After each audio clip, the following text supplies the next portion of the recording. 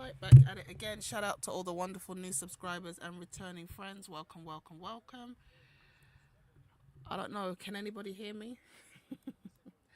The thing is not jumping. Cynical! Oh my gosh, it's been a hot minute, girl. How are you doing? I hope you're well. It's been rough. um, but I hope you can hear me. I don't see anybody responding. I don't see the thing even jumping. Hello, hello, hello. So we're just gonna assume it's making a sound. Or should I just check the sound myself? How's everybody's week going? It's just started. It's Monday. I'm at home, which is good. I like being at home. I'm very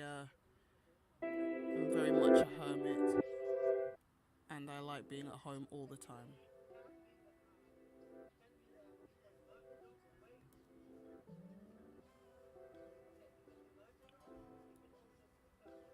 Let me check on Google because, or is it Face? There's so many of these damn platforms. I can't remember which one I'm supposed to check on. Let's see.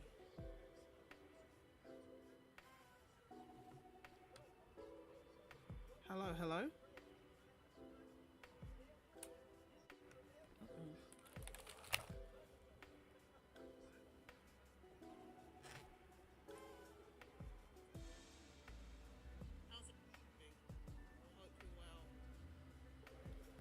Okay, that's good. Whew, it's been a hot minute, guys. I'm not going to make this one long because I'm sure everybody's got things to do. But we are still on the exposing Islam bent at the moment. Obviously, there's so much that's happened in like the manosphere. I haven't even been following it. I'll be honest with you. It got a little bit draining. So I said what I had to say. I will come back. I will make more content on that. But I've got to focus on myself at the moment.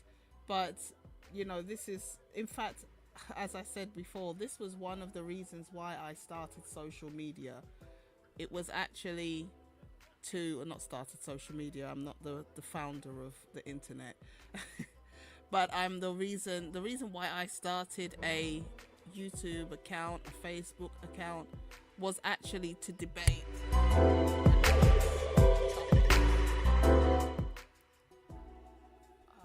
don't understand why there's no music. Is there music? Can we hear music? Okay, don't play then. I'll do it without you.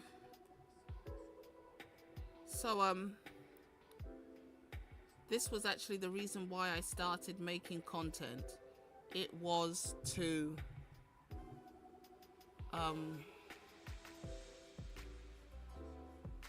it was basically to counteract arguments that were made against the Christian faith by Muslims. And the more I'm learning, the more I'm coming to a understanding of what the Islamic faith teaches and why. There was a time when I wasn't sure. I always felt like Islam wasn't the truth, but I didn't know why. And the more I've learned, the more I've come to realize why it's not the truth. So that's what I'm going to share today. One of the biggest arguments Muslims make is when you ask them, prove your religion. Explain to me what makes Islam true. Their answer will usually be, well, look at the Quran, which is their holy book. And it's like,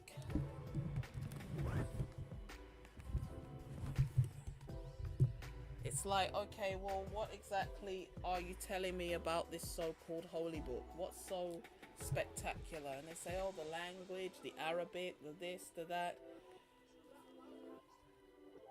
And recently there was a lady who was debating a lot of Christians, and her position was the Quran could not be man-made, because the argument by Christian is the Quran is plagiarized from the Bible, and yet the Quran gives details about stories in the Bible that do not appear in the Bible. So her argument was, let's look at the story of a figure in the Bible called Abraham. Abraham came from a polytheistic background. His people worshipped idols, as many ancient cultures did. And the Bible just says God called him and his people were idolaters. But the Quran goes into more detail and says he worshipped the sun, moon, and stars. So she said, see, the Quran couldn't have copied this from the Bible, because the Bible doesn't say Abraham worshipped sun, moon, and stars. It just says he was an idolater. So obviously Muhammad got this as a divine revelation. Otherwise, how would he have known this information? I said, that's a good question. Not because it's a good question, but because you're asking people to expose your prophet. And if you were sensible, you would have just left that alone and kept your mouth shut, respectfully. Because a very simple Google search will tell us exactly where Muhammad got these stories from. So that's what we're going to look at today. And I asked ChatGPT to give me an exhaustive list, and I think there's probably still more in there. That probably, if we include the sayings and traditions of Muhammad, the hadith, we will find more stories again that come from Jewish oral tradition. Because the Middle East at this time, it was a complete melting pot. I mean, if you look at where Saudi Arabia is, India is just across a short distance of water. I know in modern day times, India is quite far from Saudi, because we have broken the land up and called these places in between Pakistan and Bangladesh and things like that. But prior to Western breaking up of this land, all of that would have just been called like Big India. All of it was just open. Everybody, there were no borders like that. And trade was coming from left to right. So Muhammad was a trader. He went to the east. He went up into the Middle East, Israel, not really Israel, but he went to north of Africa and things like that. He was trading back and forth. Mecca was a bit of a hub. There was a lot of trade going around in that area at that time. There was no TV, obviously. So how did people entertain themselves? They told stories. They listened to people doing poetry and telling stories in the center of the town. And at night, when night fell and you couldn't do any work, you would gather around the campfire and tell tales. So 24 hours is a long time when you don't have a phone and a TV to entertain yourself. You've got to find something. So you pass around all these stories. And there were a couple of large populations of Jews in Saudi Arabia at the time of Muhammad, because they'd been exiled from Israel by the Romans. They'd fled Israel and had settled in the Arabian Peninsula. And because Jews have their strict dietary laws, their strict religious laws, they have to keep themselves separated, they cluster together in a group. So you can go to a place which is heavily populated by Jews. I mean, you have communities like that here in London. I know you have communities like that in New York. I think you have one in Australia, where like you feel like you just stepped off the bus in Israel, because everywhere you look is Jewish shops, Jewish butchers, Jewish clothing. Every woman's got a wig on, pushing a buggy. You know, the men are dressed in black with their little keys of heaven, the little twirly bits at the side of their head. Everybody's wearing yarmulke. You know, everywhere you look is Hebrew on the shops. They cluster together because they have these laws that they have to adhere to. So they build entire communities and live within that community. So Muhammad, even at that time, was able to go and associate with Jews and hear the stories and learn from them. And for Jews, there's the written word of God, which is what we call the Old Testament, and then you have the oral tradition, which Jews debate which one is no, there's no debate about which one is superior. The written word is superior to the oral tradition. Some say they are equal, others say no. But they hold the oral tradition, the Mishnah, the Midrash, which is a bit more context to the written Torah, the Talmud, which is discussions between rabbis, because the written word tells you what to do in theory. The oral tradition tells you how to do it. And that's why they hold oral tradition in such high regard. So Midrash is more like context. It's an elaboration on the biblical story. Talmud is discussions between rabbis. But we have folklore, and we also have Christian hymns in the Quran. Hymns that were written about Jesus, that Muhammad or whoever compiled the Quran after Muhammad took these hymns and changed them to make them about Allah and Muhammad. Okay, so I haven't gone through the entire list, so this is kind of something that we're going to go through together, but I'm going to run through it quickly because it's quite long, and I don't want to drag it out because I'm sure everybody's got a little something to do. Let me just check it on the phone, make sure that the image is clear.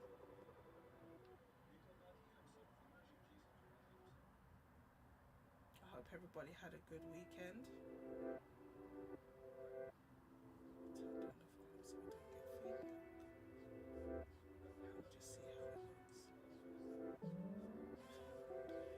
Make sure everybody can see, because I'm always criticizing people for not making the screen big enough, so I don't want to be one of those people who's also making it very small. Right, so let's jump straight in. Number one, so the prompt that I put on ChatGPT was, please give me an exhaustive list of the stories in the Quran that appear in previous literature, something like that.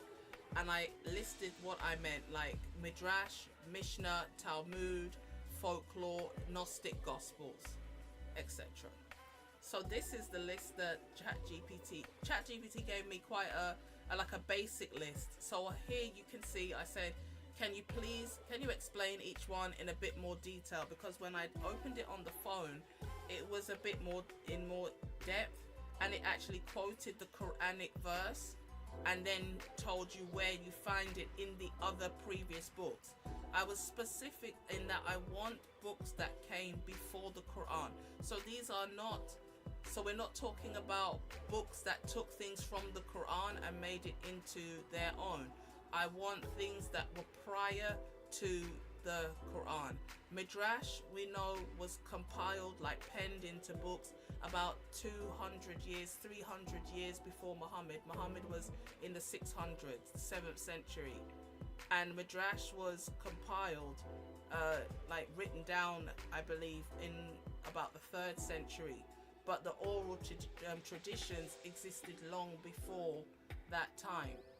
Even Jesus was criticizing the Jews, saying, you make your tradition superior to the actual word of God. And he had a big fight with the Jews about it. So when I asked ChatGPT to go into a bit more detail, it says, yes, this is essentially a survey of the Quran in the context of late antiquity, and each story has its own scholarly literature. Below, I'll explain the major examples, what appears in the Quran, where similar material is found earlier, and how close the parallels actually are. I'll distinguish between them. So a very close parallel, 3 stars, is same story, same sequence. Moderate parallel is same tradition but slightly different detail. And 1 star, loose parallel. So the first one is Adam, creation, and Iblis. Now, this story is already a hot mess. Respectfully, you know, we have to talk the straight truth, right?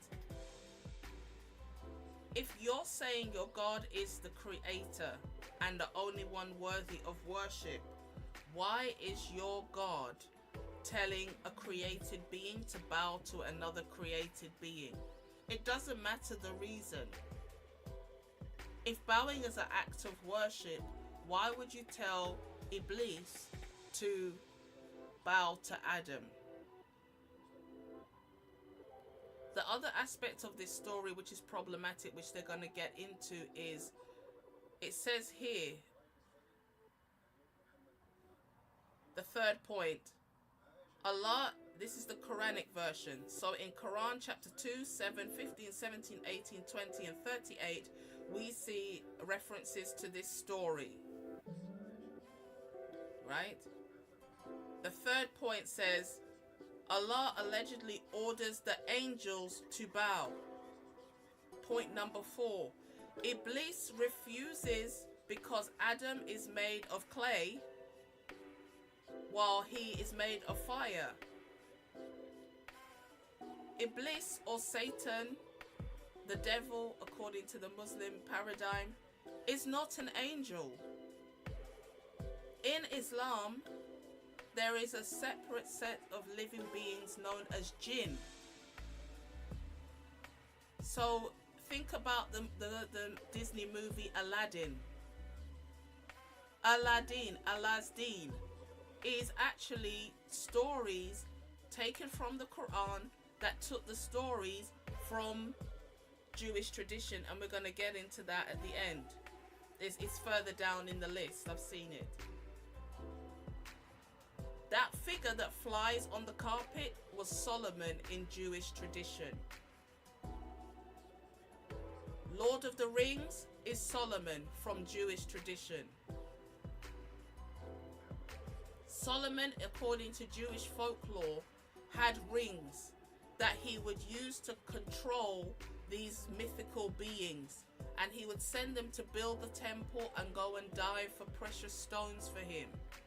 And he gave each of them a ring, and he used his big ring to control all of the other. That's why in the movie Lord of the Rings, the evil lord is called Sauron, but it's a play on the word Solomon.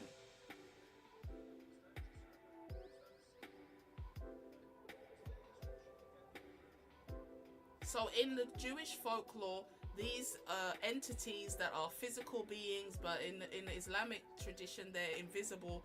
The jinn, plural being genie, jinni, jinn.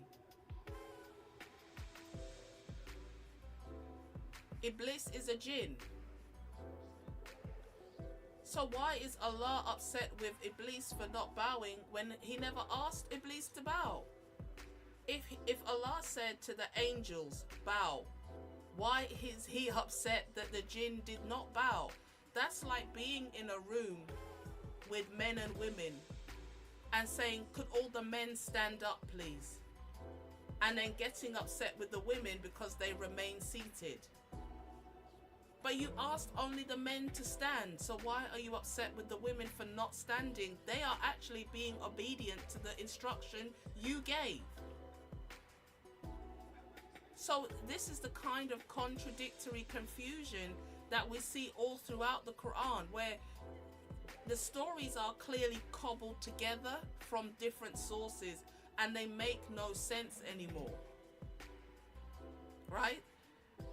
Because this is 3 points together in one, because the whole story of Adam and the garden and the fall of man is like one big mishmash. So it starts off with Adam. Adam and Eve live in paradise. The Garden of Eden is allegedly in paradise, in heaven. They eat from the forbidden tree and then they're cast down to earth for their rebellion.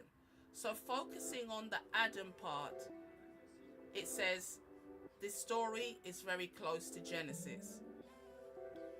Yeah, there's some similarities. Adam is created from dust. He's in a garden. In the Bible, the garden has always been on earth. Adam was always on earth. We both have the concept of the forbidden tree and the temptation and the exile, right? But here is where it starts to go left field now. The life of Adam and Eve, the apocalypse of Moses. This was written centuries before Islam, and it's like the root for the story Paradise Lost. If anybody's heard of that book, I think it was a movie even. You know, there was Lilith, and then there was Iblis, and he was supposed to bow, and the angels argued with God, and he cast everybody. This is where this story comes from.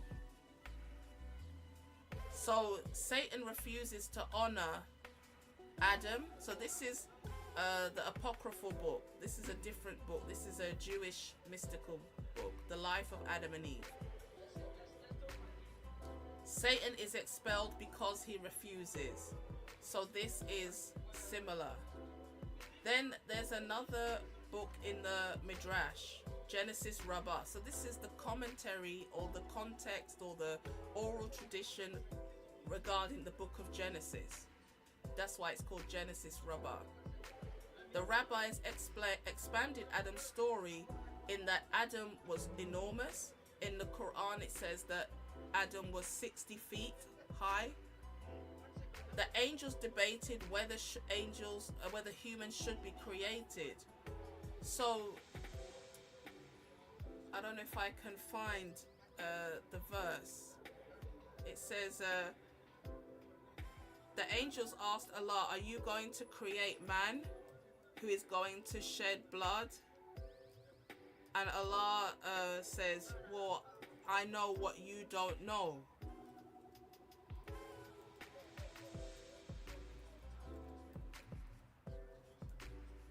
So the angels turned around and said to Allah, don't make human beings because they're going to do wickedness. Allah said, well, I know what you don't. And then afterwards the angels were right because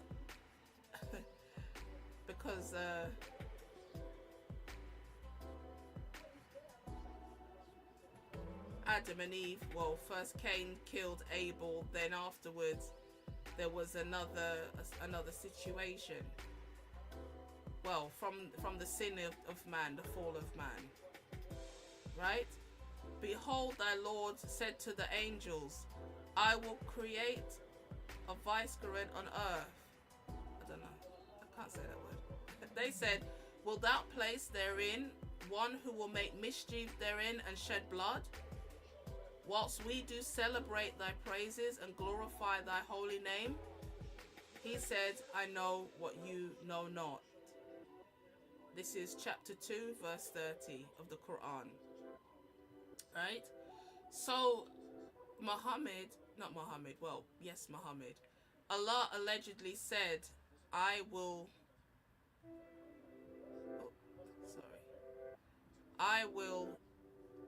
show you, I will do this, and you don't know what I'm going to do. But the angels were right. The angels were right. And Allah was wrong in this instance. Because the angels knew that man would fall. But for some reason, Allah didn't know that the mankind was going to fall.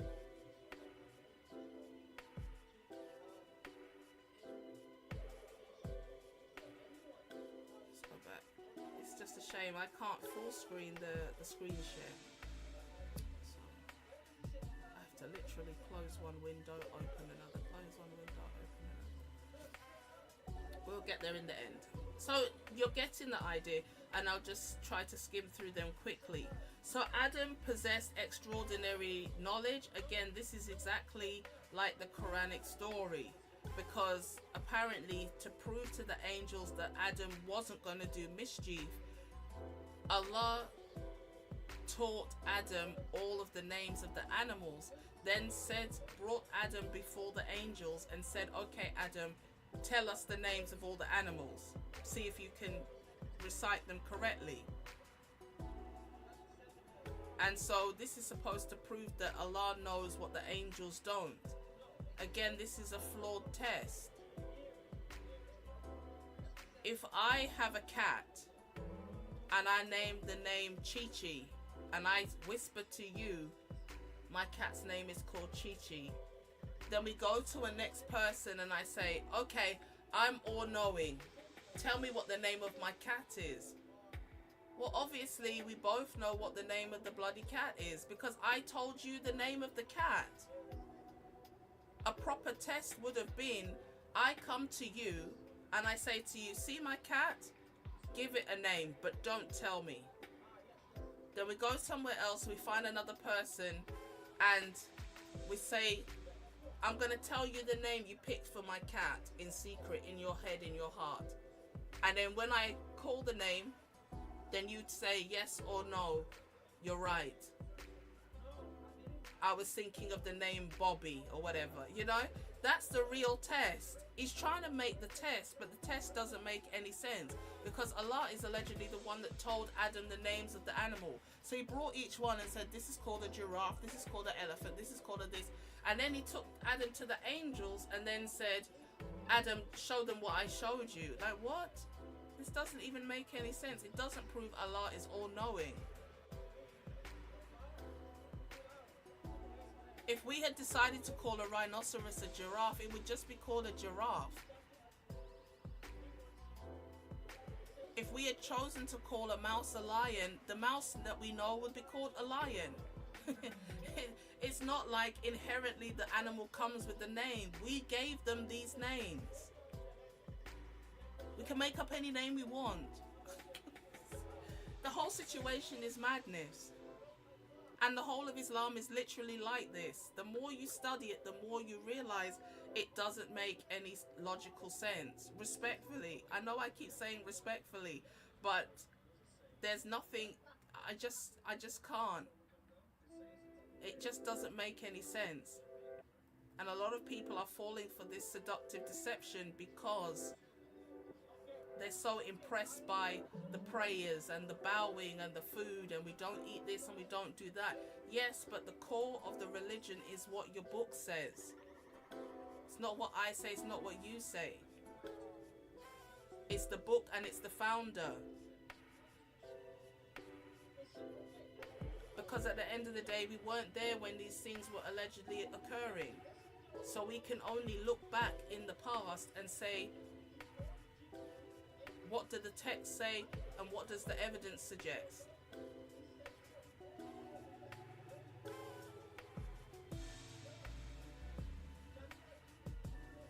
So Adam was enormous.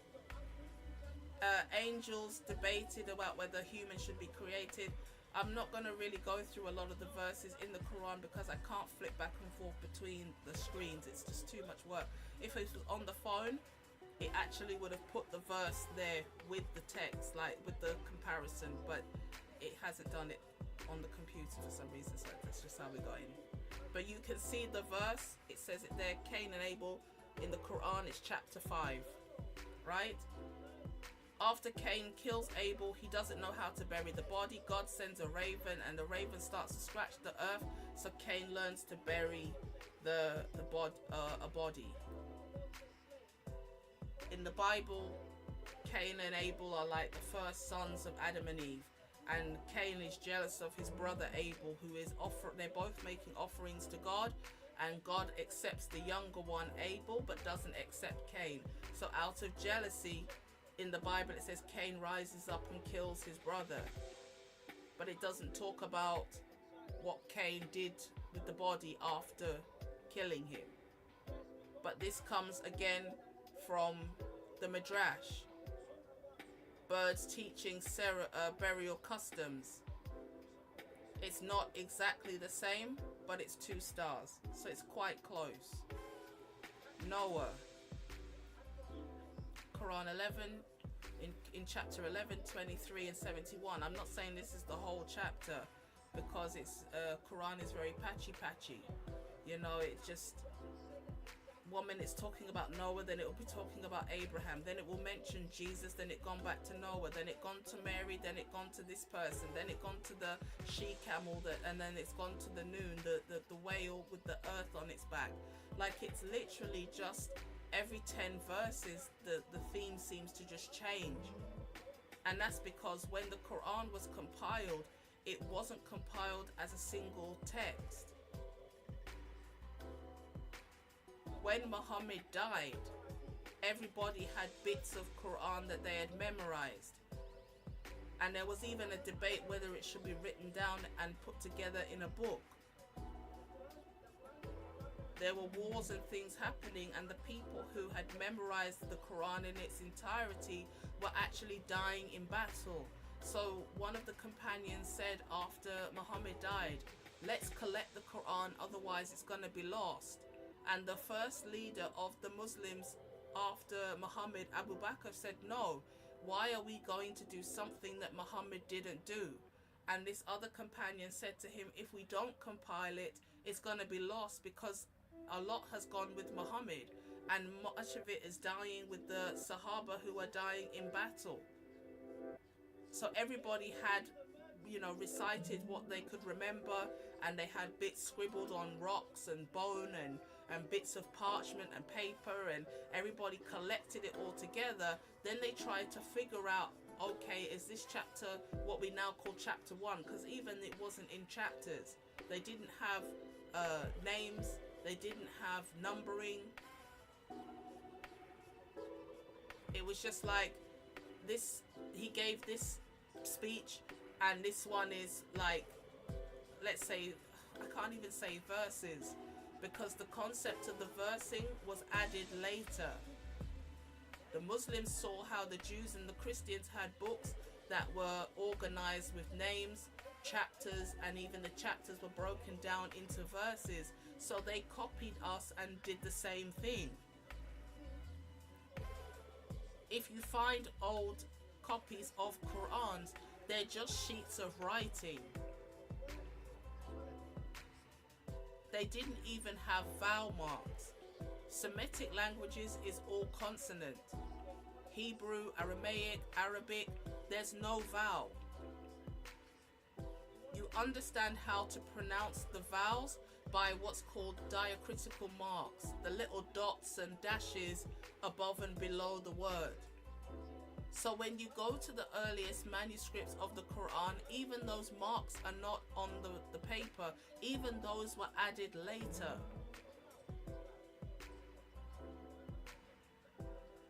So Quran was not necessarily far different, but Muhammad didn't leave a complete book for people to just read.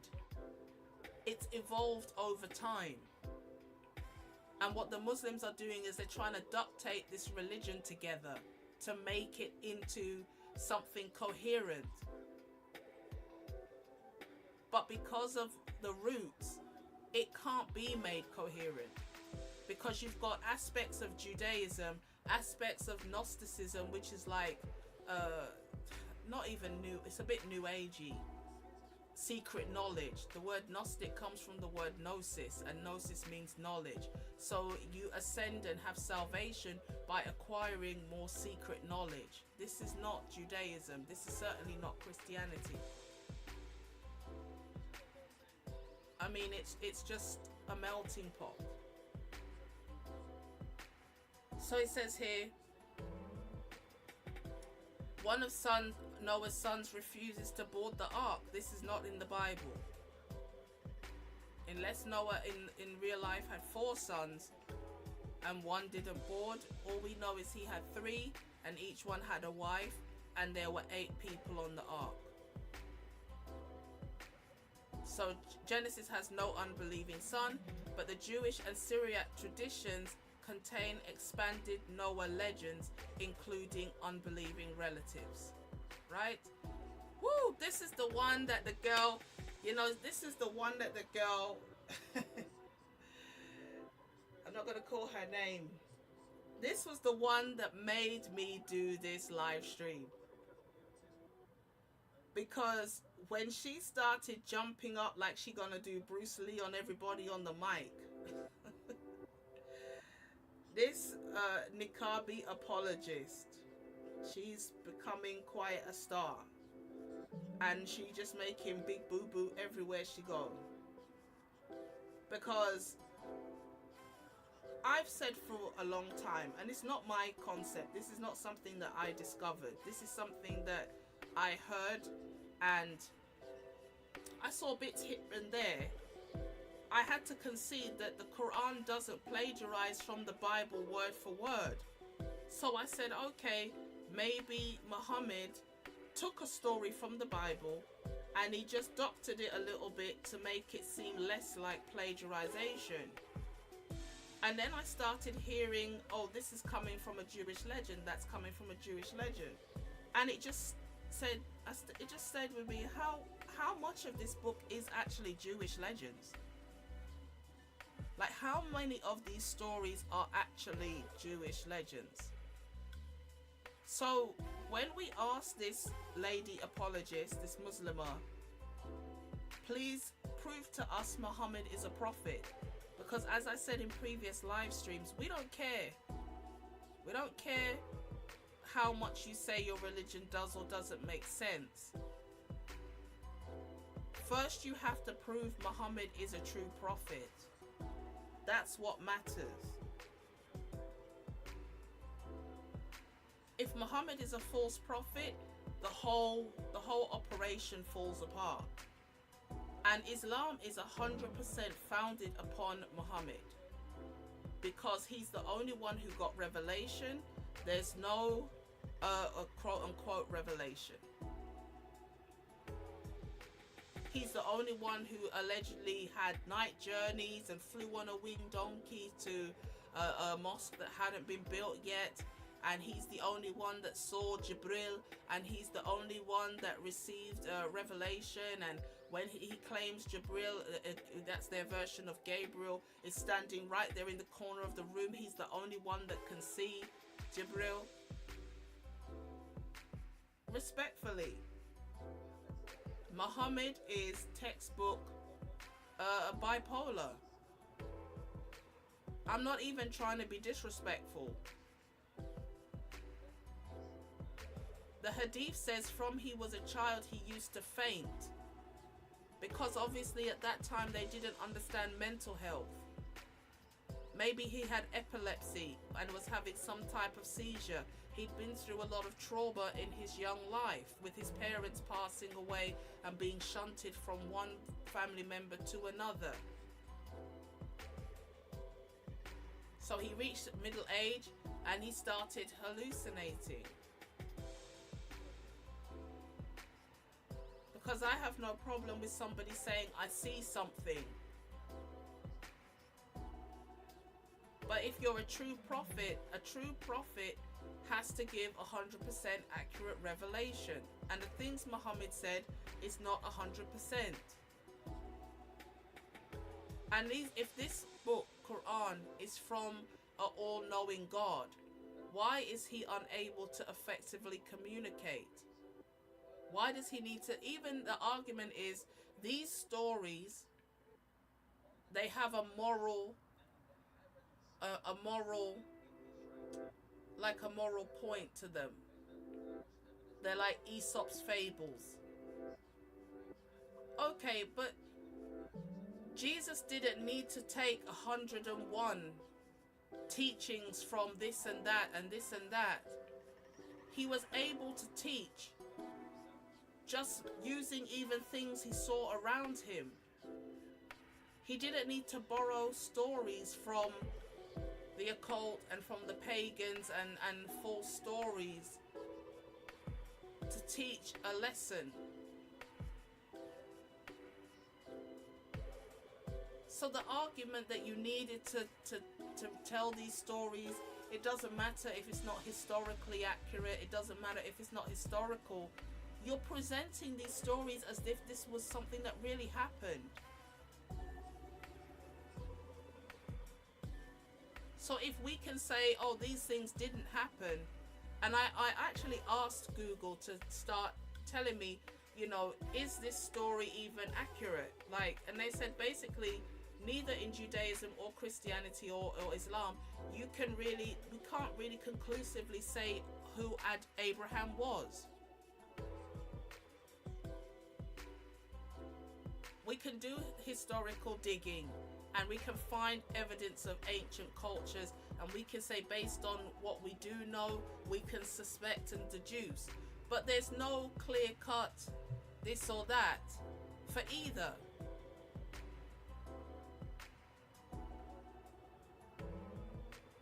But Muslims start from the premise that Quran is true. This story existed hundreds of years or more, maybe thousands, in the Midrash. And then I just started, every time I heard a story in the Quran, my first thought was, let me go on Google and ask Google, is this story in another book? And time after time it said yes, yes, yes. And then I said, no, enough is enough. We have to talk about this, because Muslims are completely deceived into saying to people Quran is divine. But these texts existed hundreds, if not stories that were floating around thousands of years before Muhammad. So this Muslimah, she said, oh, the Quran goes into detail. Abraham, his father, used to have a shop and he made the idols, and the idols, he played a trick on the people in the shop, and then afterwards Abraham smashed. There was 3 parts to the story where he played tricks on different customers, and then the last part is he destroyed all the little idols with a hammer and then put the hammer in the hand of the biggest idol. So when the father who had left Abraham minding the shop came back and saw all the broken idols, he said, who did this? And Abraham mocked the father and said, the big one did it. All the little ones were fighting, so to stop the fight, the big one smashed them up. And then the father said to Abraham, allegedly, why did you mock me? You know these idols don't have power. So Abraham allegedly turns around and says to his father, so if you know they have no power, why do you worship them? And then the father kicks Abraham out. So the story in the Quran, he destroys the idols, he leaves one standing, he places the axe on the largest idol and tells everyone the big idol did it, and he forces them to admit that idols cannot act. And again, Genesis, because this story is in Genesis, so the Mishnah, the Midrash that connects to that is Genesis Rabbah. It's almost identical. Oh, in the story in the Quran it's an axe, but in the story in the Midrash it's a hammer. Terah is the father, and he says they cannot move. Abraham responds, then why worship them? And then the dialogue is very similar. Then we have, continuing with Abraham, chapter 21.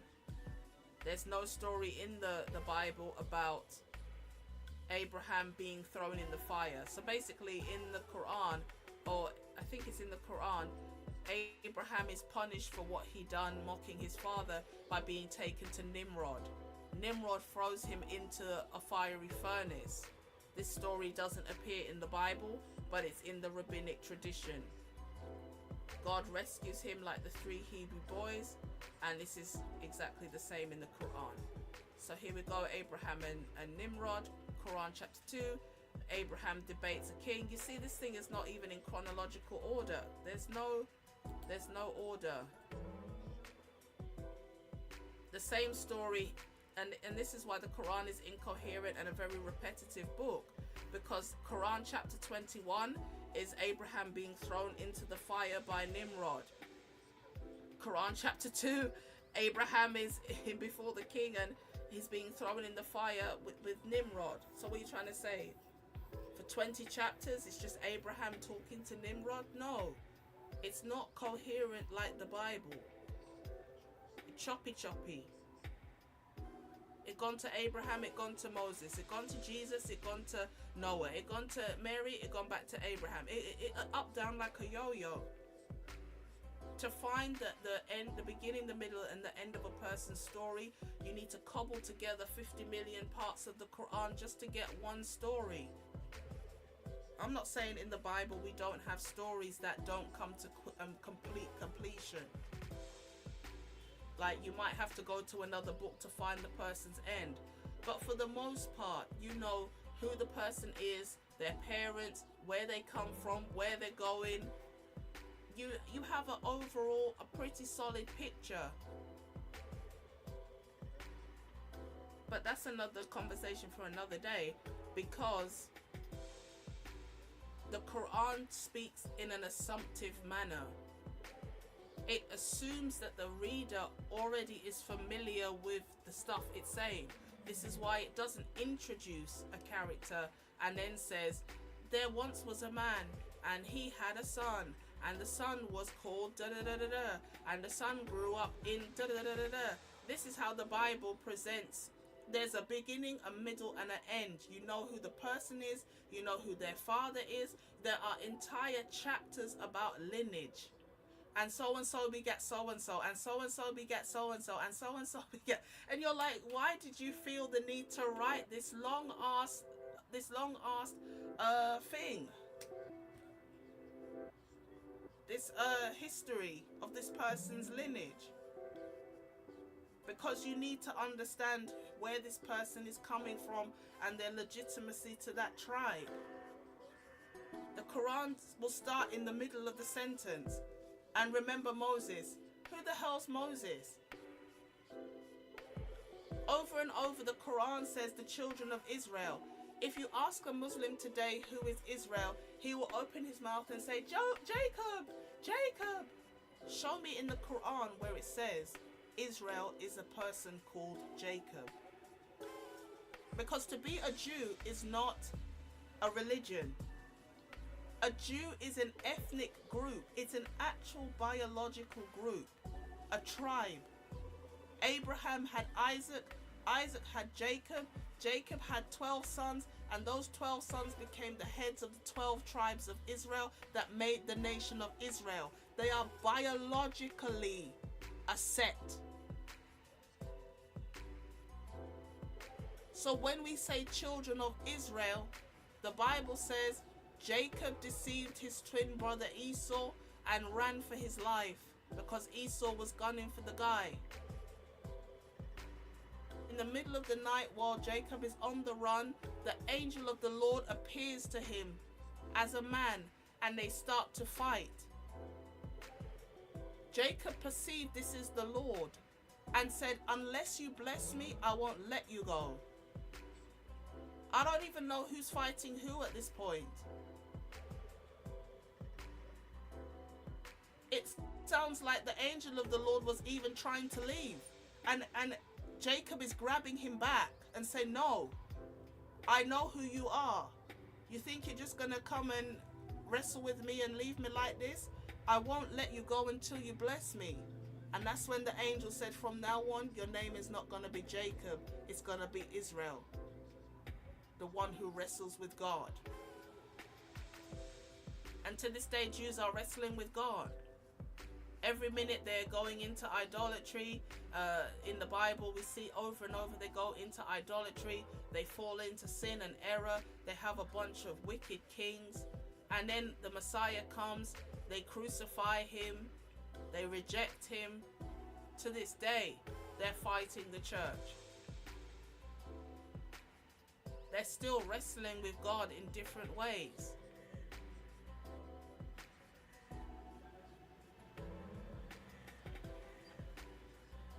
But the Quran never mentions this entire story. It just says children of Israel, children of Israel. And the reason why this is a problem is because if a person who is gullible and weak in the Christian faith picks up the Quran and they read, for example, remember Moses. The information you have about Moses stored in your memory bank, in the back of your head, is what starts to play to the point you think that information was in the text when it wasn't there. This is why if you ask a Muslim that's never read Bible or doesn't really engage much, he doesn't know anything about the biblical figures because it's not mentioned in the Quran. There is an assumption that the reader of the Quran is already familiar with the text of the Bible, but I realize it's not even the text of the Bible it's assuming you're familiar with. It's assuming you're familiar with the Jewish traditions, the oral traditions that were going around at the time.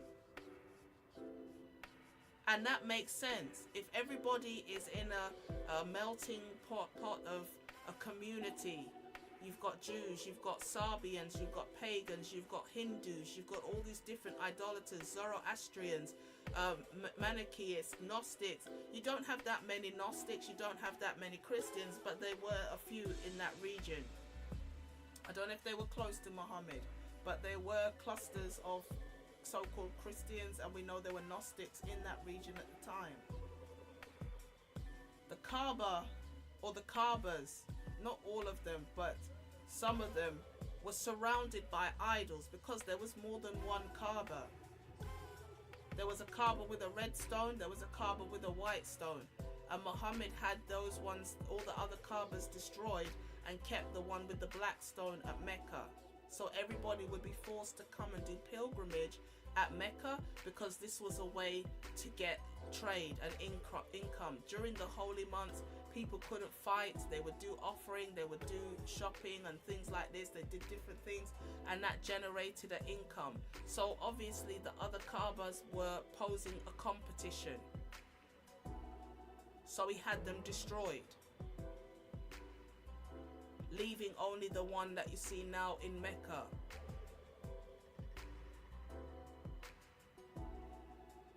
And even around the Kaaba in Mecca, there were over 360 idols. So everybody passing through that region, they would bring little statues of their gods and leave it at the Kaaba. So anytime they're passing through and they want to do their prayer, they face the Kaaba, which meant they faced their little idol that they left behind, and they would pray towards it. So the number of statues growing around the Kaaba was growing and growing and growing.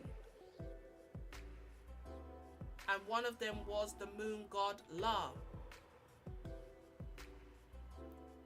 Al means the god and La is the name of the god. This is why the symbol for Islam is the crescent moon. La was one of the bigger idols, which is why they say Allahu Akbar. Allah is bigger. He's big compared to the other statues. So Islam is not monotheistic because there's only one God per se. It's because he smashed all the other idols but kept the Kaaba, Allah, and the black stone. Because black stone is pre-Islamic paganism. All of these rituals that Muslims do, especially during the pilgrimage of Hajj, all of it is coming from paganism. There's no evidence that these rituals are Abrahamic at all.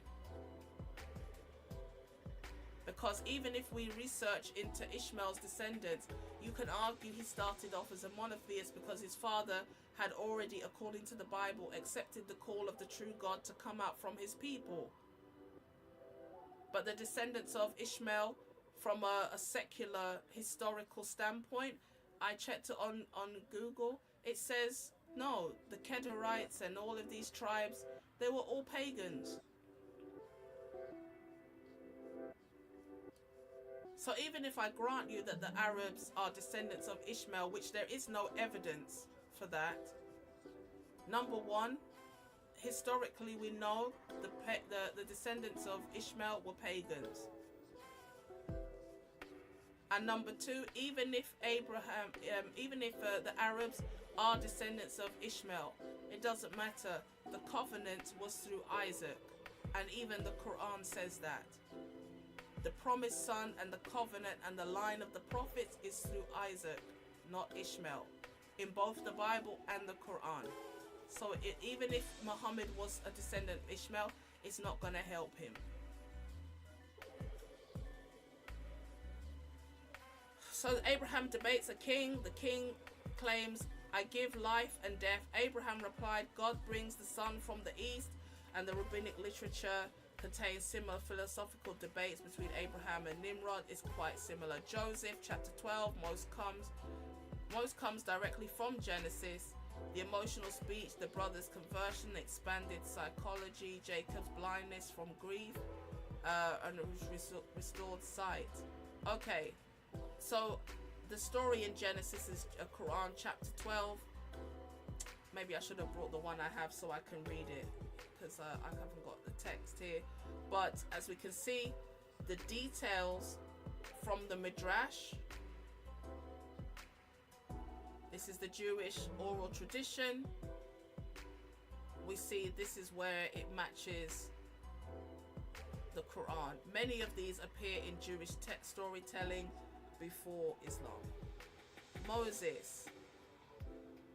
The Quran shares Exodus but often expands it. The rabbinic literature had already expanded Moses enormously.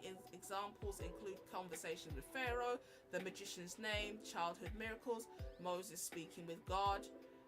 Many Quranic details resemble the tradition. 2 stars. The cow, Quran chapter 2. I don't know. Okay, maybe the golden calf. The Israelites repeatedly questioned Moses about sacrificing a cow.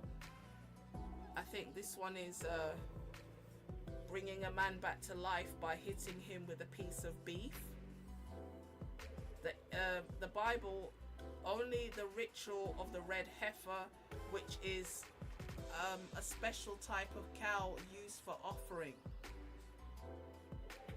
One of the reasons why, Jews can't even do animal sacrifice, I think, is because there's no more red heifer, or they're trying to breed them again or something like that.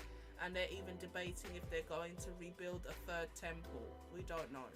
Rabbinic literature adds lengthy discussions about the animal's characteristic. The Quran turns these discussions into moral lessons about needless questioning.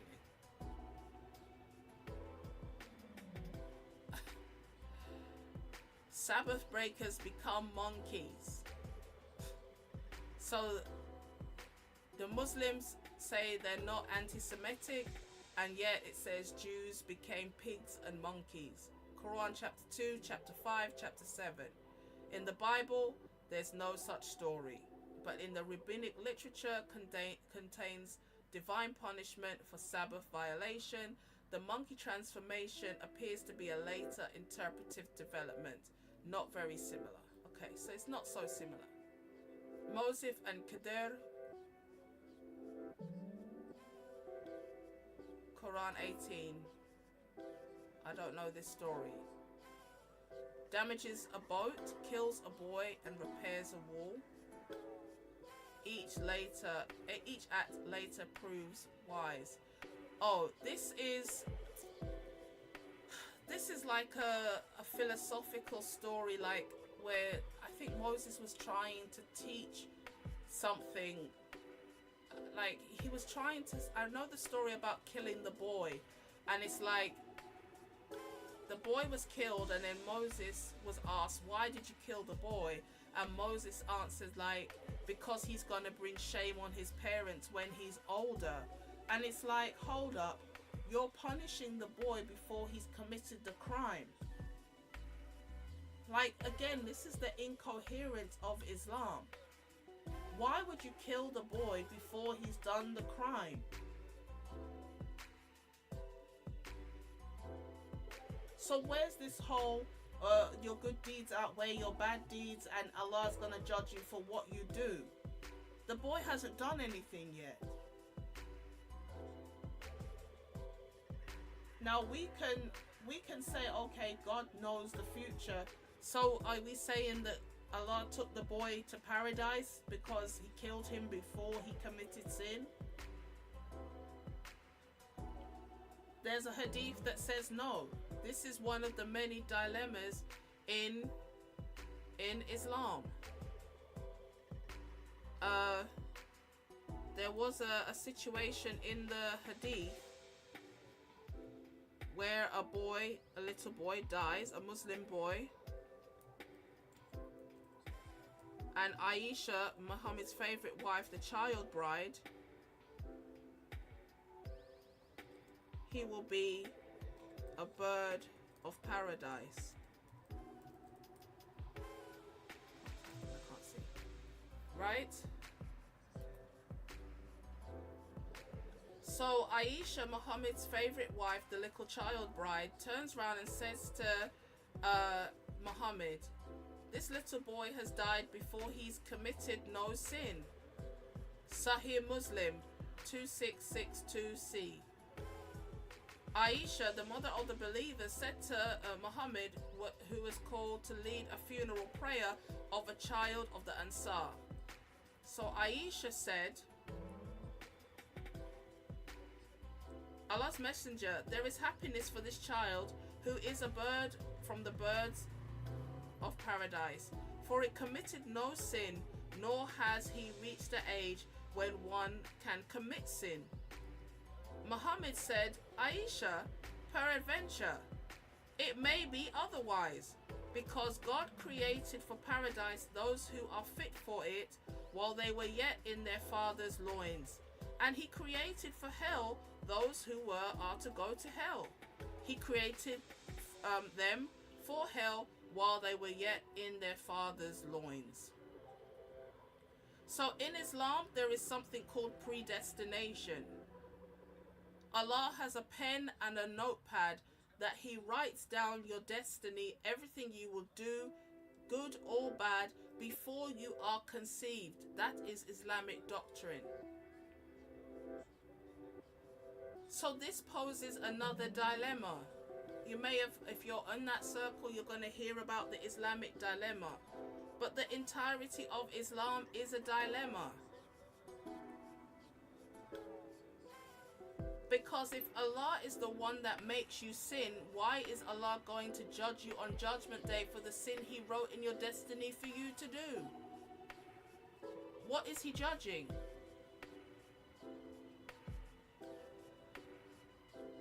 That's like me having a remote control car and I'm driving it recklessly around the house and I knock a vase over, and then I rebuke the remote controlled car for knocking over the vase and breaking it, instead of looking at myself, who was the one driving the car.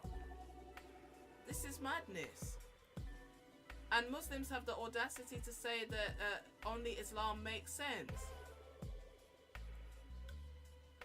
In Christianity, we believe in predestination, but when we say predestination, we mean God writes a plan for your life, and he will say, follow me, and follow the plan. You have the free will to say, yes, I will follow your plan, or no, I don't want to, I'm going to go my own way.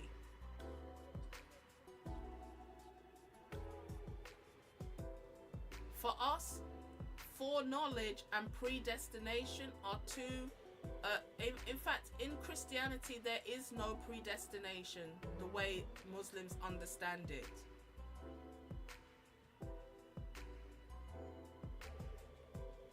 The only predestination is God has a plan for your life, but you have the right to tell God, I don't want to follow it. I'm going to go a separate way. I'm going to go a different way. Yes, everything technically happens under his will, because if he says no, you can't say yes. This is what we believe. But God has given man free will, and you are free.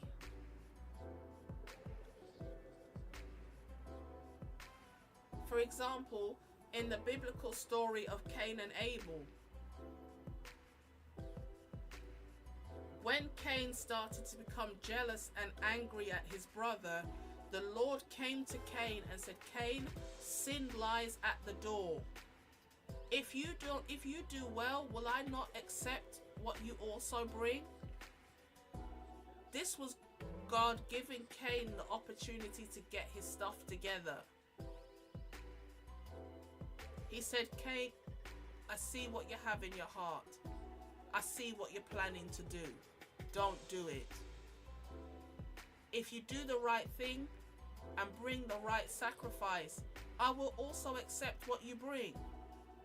But if you choose to go the other way, I will also punish you. I will take you out of the garden and expel you. So choose this day. And Cain said, I don't care what you say. He became angry and he rose up on his brother and he slew him in the field. So just because God knows the future, it doesn't mean God orchestrates the future. That's the Christian paradigm. But in the Islamic paradigm, they try to couple the two things together, that foreknowledge and predestination are one in the same. They cannot be.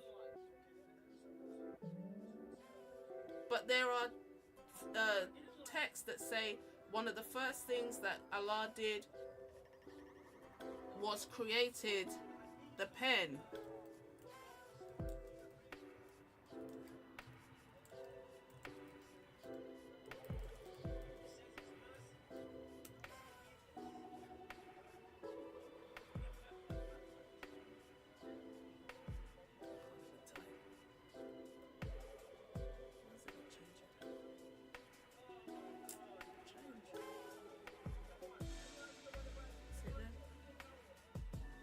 One of the first things Allah created was a pen, al-Trimidi. Indeed, I heard Muhammad saying, verily, the first of what Allah created was the pen. So he said, write. And it said, what shall I write? He said, write al-Qadar, what is what it is, and what shall be until the end. So when nothing was created according to this, this is not, this is, I don't know if we call it really a hadith, but this one is hadith on kalam. So it's in the hadith as well, the sayings and traditions of Muhammad. What was the first thing created? Al-Trimidi is like an old scholar, one of the scholars, one of the earlier ones. Sunnah.com, they even have a channel on TV. Al-Trimidi.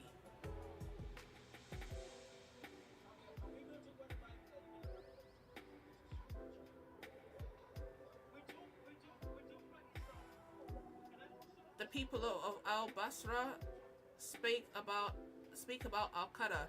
He said, oh my son, do you recite the Quran? I said, yes. He said, then recite Azuf Kruf. I can't say it, to me. He said, so I recited Hamim by the Manifest Book. Verily, we have made it a Quran in Arabic, that you may be able to understand, which is another contradiction.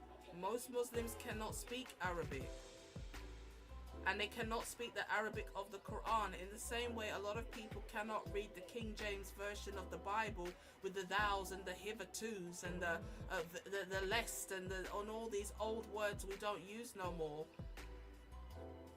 Quranic Arabic is ancient Arabic to an extent. But most Muslims can't speak Arabic. Even when they brag they can memorize the Quran, they memorize the words, but they don't know what they're reading.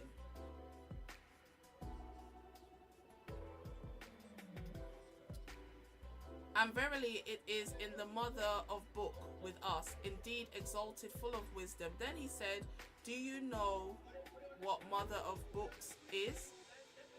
I said, Allah and his messenger knows best.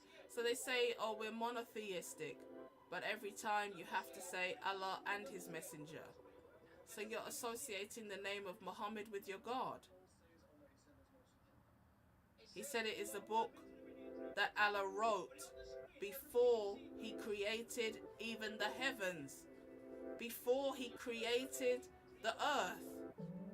In it is written, Quran. I can't pronounce these words.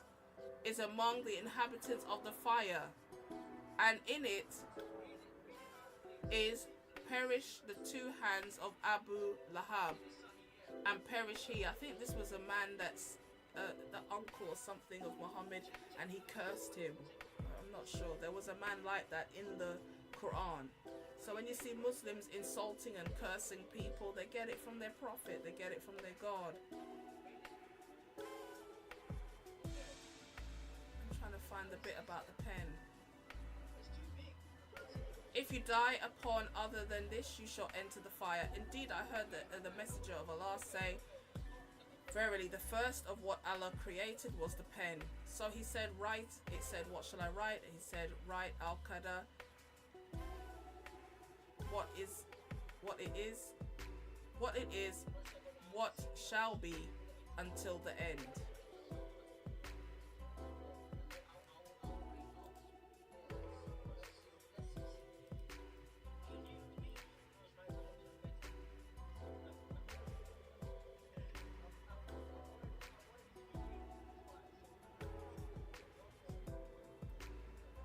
What does al-qadar mean? It's the Islamic belief that Allah already knows everything that will ever happen in the universe.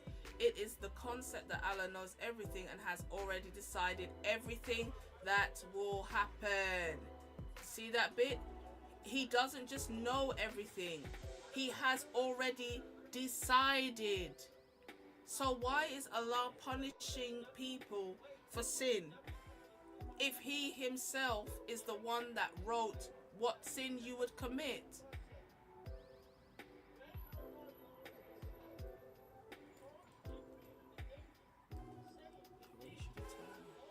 The portion of adultery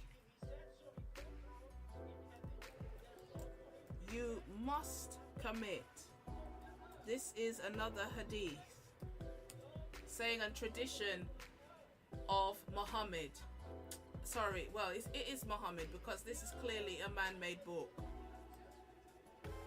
Sahih Muslim, the Book of Destiny.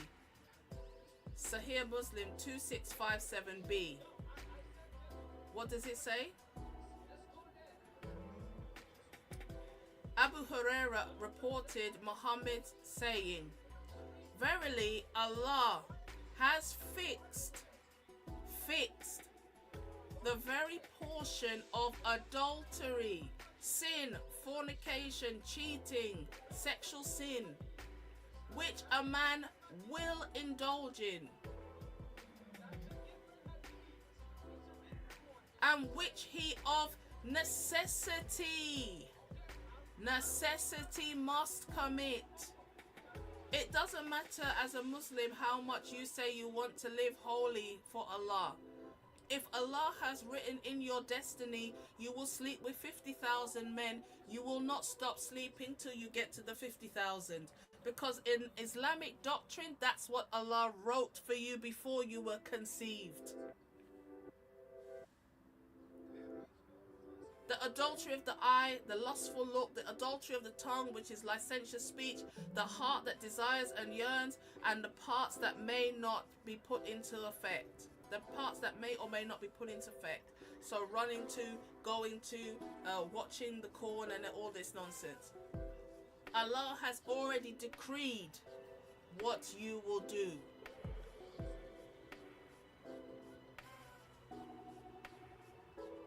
And the last one, again, now people are in the Christian circle, they're calling this the sin dilemma.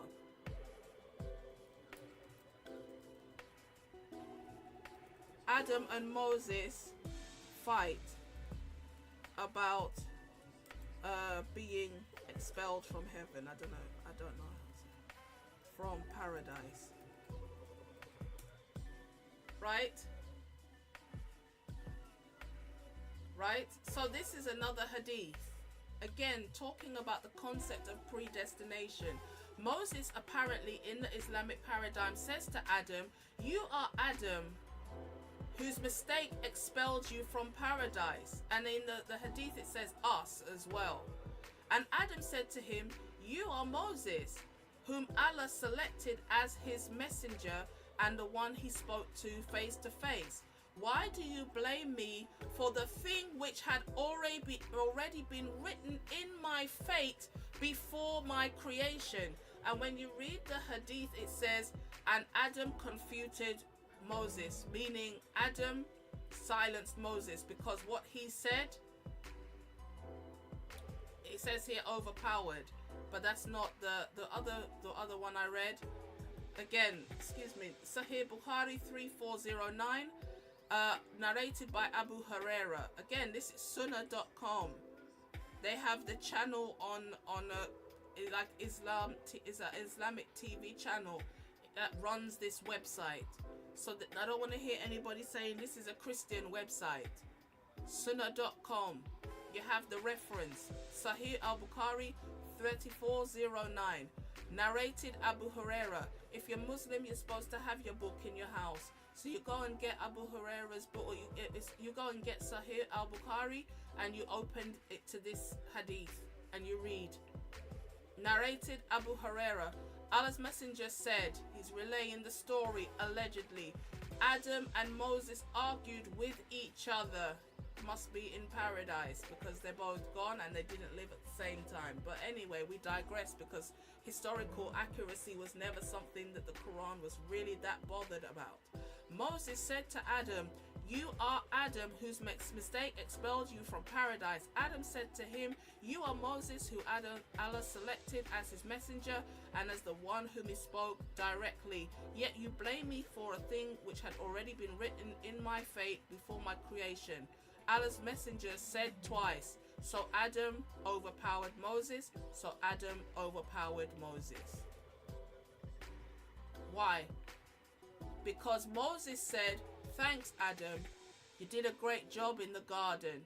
Now we're all out of paradise because of you. Adam said, whoa, whoa, whoa. Don't blame me. I'm only following orders. Are you going to have a go at me for what Allah wrote in my destiny? I didn't choose to eat the fruit. He wrote it in the book before I was created. Moses saying, oh, okay. He was silenced. Now, why do I say all of this? Because it doesn't make any sense. It's not an issue for us to do predestination, but it is an issue for, what do you mean, where should we begin? Go back to the sitting that was there. What do you mean, where should we begin?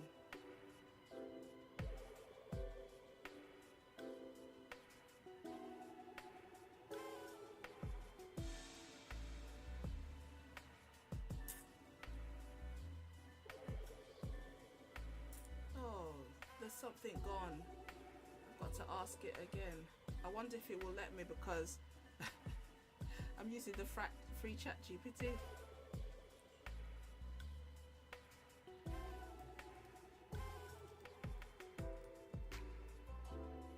Sorry. And exhaustive.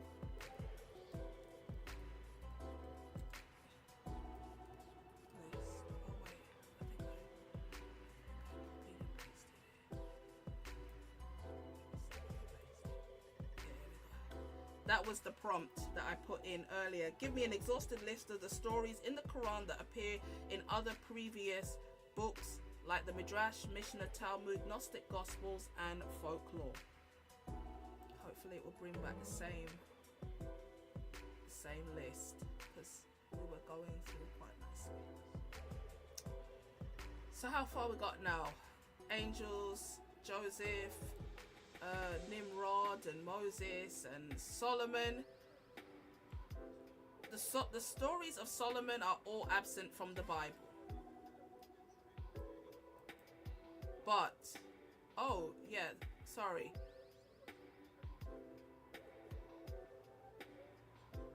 The stories about Moses are a parallel, but the story of the magician.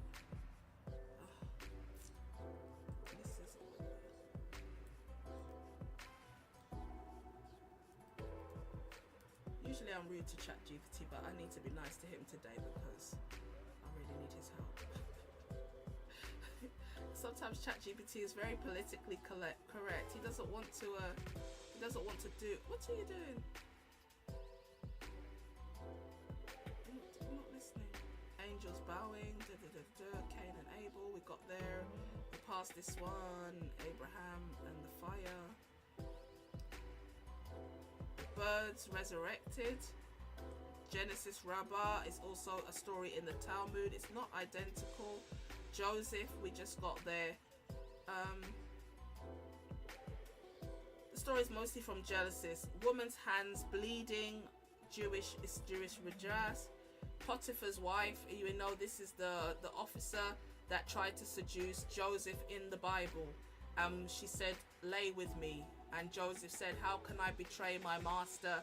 And then she said, "Well, if you don't, then I'm going to tell him that you tried to assault me." And he ran and she grabbed part of his garment. And then she showed it to the husband and said, "The man came into my room and lied, you know, about Joseph, and he got imprisoned."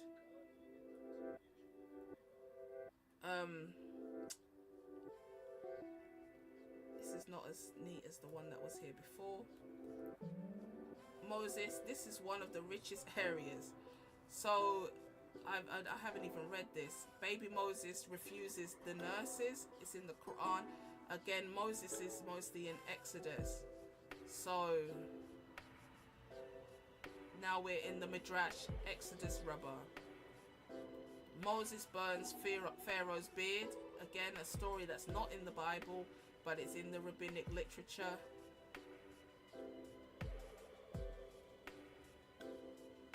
Cole burns his tongue and he explains his speech defect. It says Moses has a speech impediment. It says that in the Bible that Moses was struggling with his speech.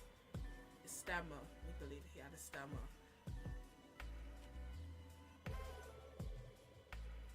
Moses throwing down his staff and it becoming a serpent that consumed the other serpents.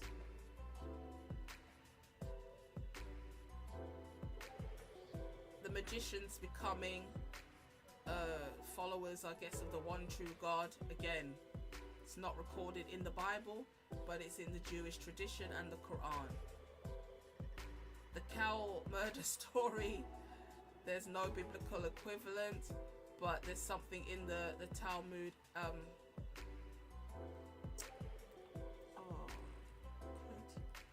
you elaborate?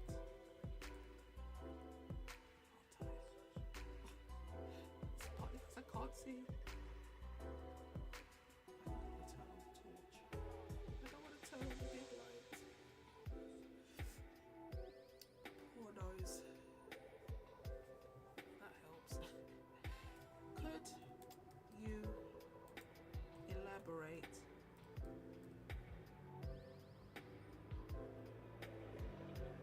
Oh, wrong box.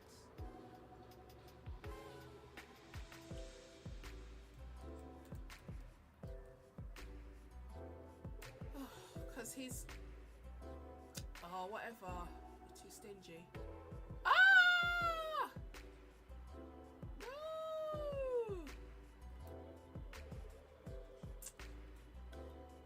Oh, here we go. Maybe this is it. Oh, yeah, this is the one we had before. Ooh. I'm too cheap to buy ChatGPT. I'm sorry. I can't do that. Oh, we're getting into some juicy now. Oh, let's forget about this bit. Let's forget about Moses. Moses, we love you, but we got to move on to the juicy bit. Oh, it's getting good now. Cain learns to bury from the ravens. We don't care. Oh, here we go. Let's. It says category 3. How did we get to category 3? Where was category 1 and 2? Mishnah Midrash. What was that? 1 and 2 was Talmud and. Okay, yeah. And what's this one? But we told differently. Oh, the other list was massive. Go. Sorry, guys. I know your eyes are spinning round. Stories closest to Christian Apocrypha. So stories from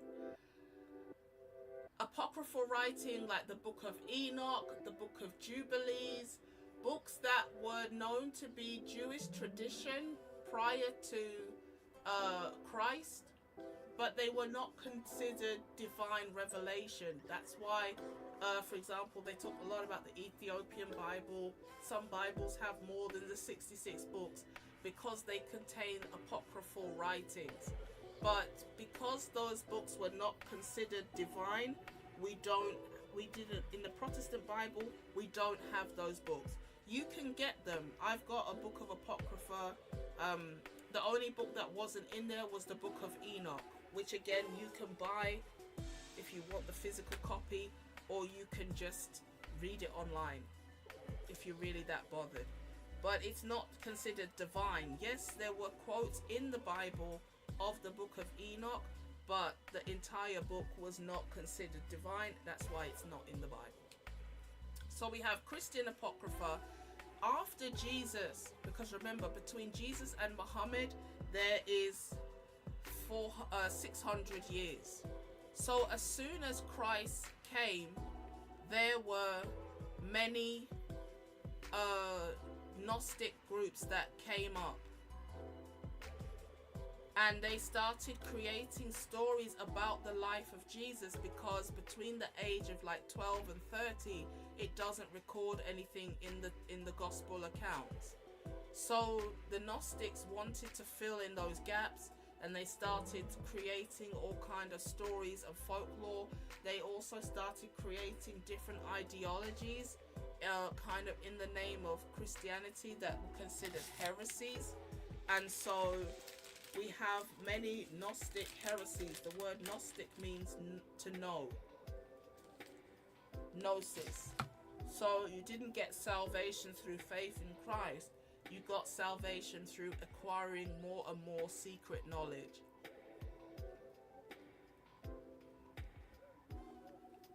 So I think that's what we're getting into now.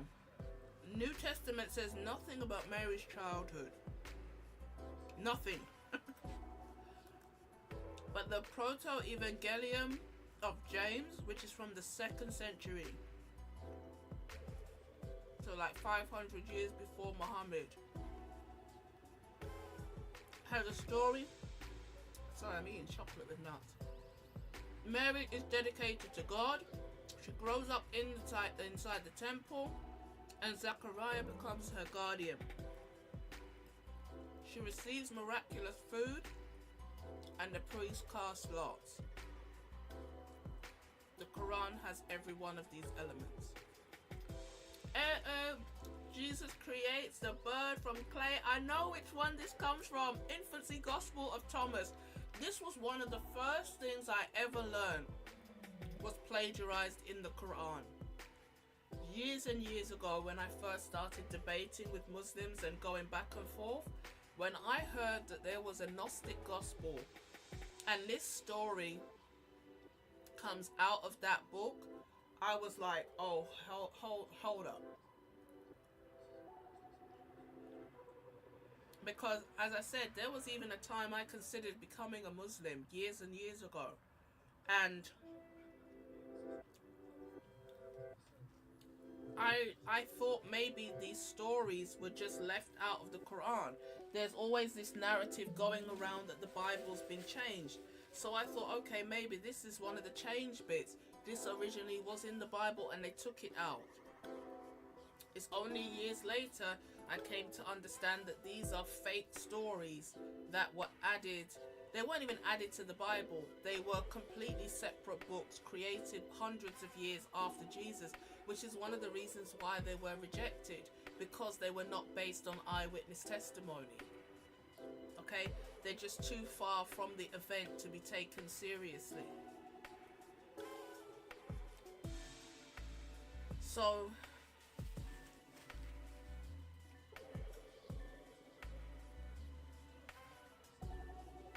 the Infancy Gospel of Thomas, which is a Gnostic Gospel, says Jesus, as a young person, he made 12 clay sparrows. He claps or speaks, and the birds came to life and fly away. In the Quran, it says, I create for you out of clay the form of a bird.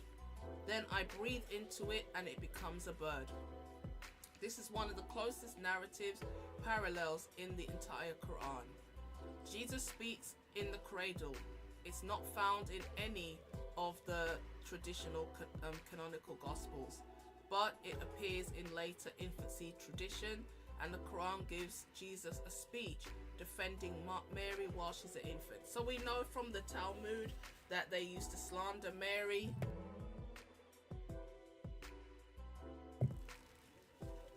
They used to say that she wasn't chaste and things like that. So apparently Jesus spoke in the cradle to defend his mother's honor.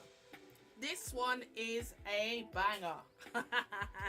This one is a banger. Controversy. Alexander the Great. Yes, Alexander the Great is in the Quran, guys. Alexander the Great is in the Quran. Can you believe it? Can you believe it? In the Quran. Oh, I can't come out of the page. Maybe I can swap the screen. Let me swap the screen. And see, it's easier because I don't want to lose my place. In the Quran, there's a figure known as Dhul Qarnayn, and the hadith that goes with this passage apparently says that one day Muhammad was riding, I guess, on a camel or a horse with somebody, and Muhammad, being so clever, he wants to tell the story of Dhul Qarnayn. He wants to explain where the sun goes when the sun sets.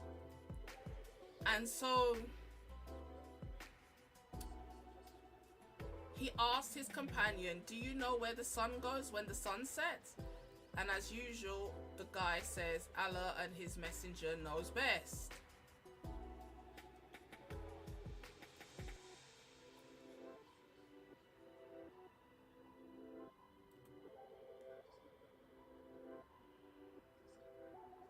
So they ask you, Muhammad, about Dhul Qarnayn. Say, I will relate to you something of his narrative. Okay. This is Quran chapter 18, verse 80, 83, 84. Starts off at Surah An-Nisa, 1884. Right, and this is Quran.com website. So again, it's not a Christian website, so don't start coming for me saying, oh, this is Christian website. Surely we established him in the land and gave him the means to all things. I don't know if this is the one I want. So he traveled a course until he reached the setting point of the sun, which appeared to him to be setting in a spring of murky water, where he found some people. We said, O Dhul Qarnayn, either punish them or treat them kindly. So he traveled and traveled and traveled and traveled and traveled until he got to the place where the sun goes down. And Muslims try to fix this and say it only appears that the sun goes down into the water. Well, we didn't need Dhul Qarnayn to tell us that, because we have eyes. We can all see the sun appears to go into the water. The question is, where does it actually go? He responded, whoever does wrong will be punished by us, then will be returned to their Lord, who will punish them with a horrible torment. And then it goes on to say there were some creatures coming out called Harut and Marut. Not Harut and Marut. What is it? He built a dam to keep back these creatures that were supposedly coming to attack the world. And the dam was built between two mountains to hold them back. And they scratch at the dam wall, which is made of iron and copper, and they keep taking it off until they're almost about to break through. And when they break through, they're going to attack the world. And every day they work on drilling a hole through the dam that Dhul Qarnayn built, and then every night Allah fills the hole back up again. So the next day they have to start again. That's the story. So, I mean, these are just fairy tales.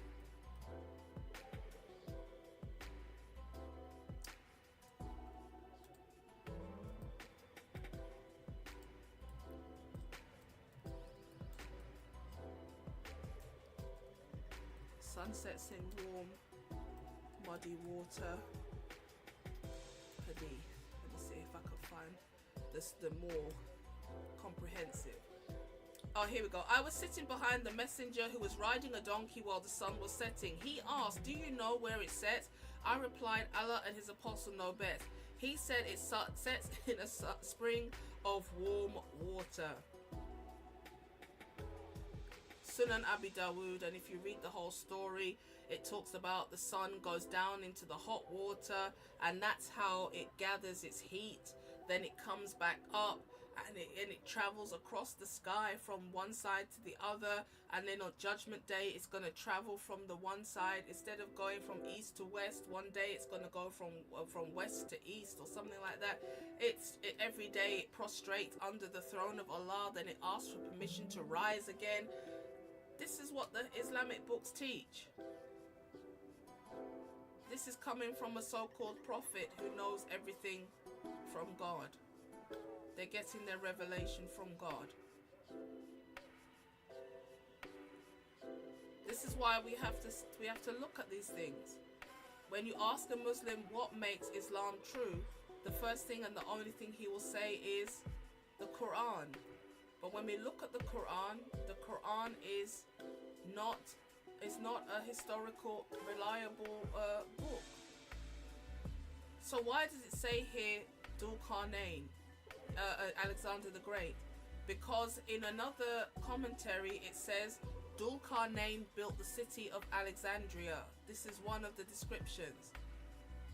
And we know Alexander the Great had a helmet with two big horns in it, which is what Dhul Qarnayn actually means, the two-horned one.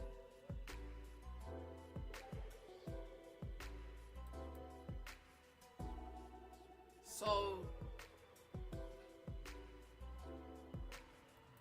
the real Alexander the Great conquered Persia, reached India, and died in Babylon. He never built a war against, I'm thinking about Harut and Marut, and that's two angels that allegedly taught humanity witchcraft. Gog and Magog, which is written in the Bible, but one is a place, one is a person. But in the Islamic tradition, he built Gog and Magog are two entities. I don't know. So the Alexandria romance began 300 years before Jesus, and the legends accumulated. Alexander became almost mythical. The romance described him as traveling to the ends of the earth, reaching the place where the sun sets, reaching the place where the sun rises, meeting strange people, building an enormous iron gate, imprisoning Gog and Magog, and waiting for the last day. This is the romance that was created 300 years before Jesus, which is about 900 years before Muhammad, or thereabouts, right? Because it wasn't until after Alexander the Great died that the myths and the legends started to build, and then like a fan following came. So even if we say 700 years before Muhammad, it's still a long time these stories were floating around about this guy. In the Quran, he's called Dhul Qarnayn. He travels to the west, he travels to the east, he meets strange nation, he builds an iron wall, he traps Gog and Magog. The similarities have made the Alexander traditions one of the central topics in modern Quranic scholarship. There is, however, ongoing debate whether Dul-Qarnayn should be identified with Alexander or with another figure who came to share similar legendary motif. It doesn't really matter. This is another one that we know is Muhammad is a false prophet. Yeah, some of them we can debate, like figures in the Bible, but this one we know is definitely a story that was created to encourage Christians. Okay, so the story was famous throughout the Christian world, the seven sleepers. So there's a group of Christians that flee persecution, they hide in a cave, and God causes them to sleep for like 300 years, but they think only a day has passed. And when they awake centuries later, the world is completely different, and they had apparently a dog or something with them. So in the story, in the Quran, in the Quranic version of the story, I can't remember who it was who came to Muhammad and asked him, tell us the story of the sleepers. So Muhammad goes away for like 2 weeks, locks himself in his house, I believe, and then he comes back and says, well, some say there were 4 and the dog was the 5th one. Some say there were 5 and the dog was the 6th one. Some say there were 7 and the dog was the 8th one. Only Allah knows best. So up to now he hasn't answered the question. We're still waiting for the answer.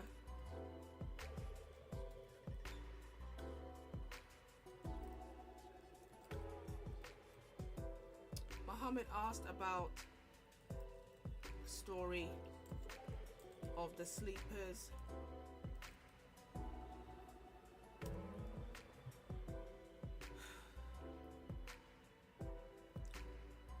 Why is this a problem? Because everybody knows it's a myth. Everybody knows it's a myth. It's just a story that the Christians created to encourage each other during times of persecution. If Muhammad was a true prophet, he should have said, this is just a story. This is just a story. It never happened. But instead, he started going back and forth saying, it's this, it's that, it's this, it's that.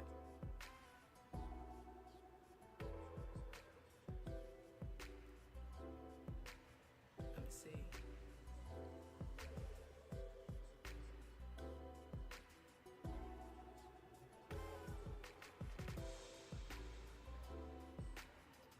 It says this 110 verse chapter was revealed in Mecca. It takes the name from the story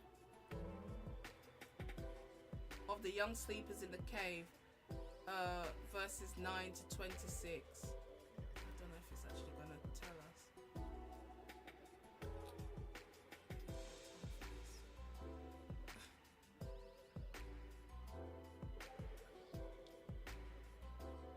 I've never read it. Muhammad told that he is in danger of worrying himself to death over the people who do not believe in his message. However, so somebody's come to him and is saying obviously something. Muhammad is warning of severe punishment, gives the good news to those who do good deeds, but we know deeds don't exist in Islam because you have no free will, everything is predestined, so that's a big fat lie. Have no evidence of such monstrous lie. Muhammad told him that he is in danger of worrying himself to death who do not believe in his message. However, the fact of the matter is the earth has been filled with attractive things in order to test people. There's no test because everything you do is ordained before you're created, so that's another lie.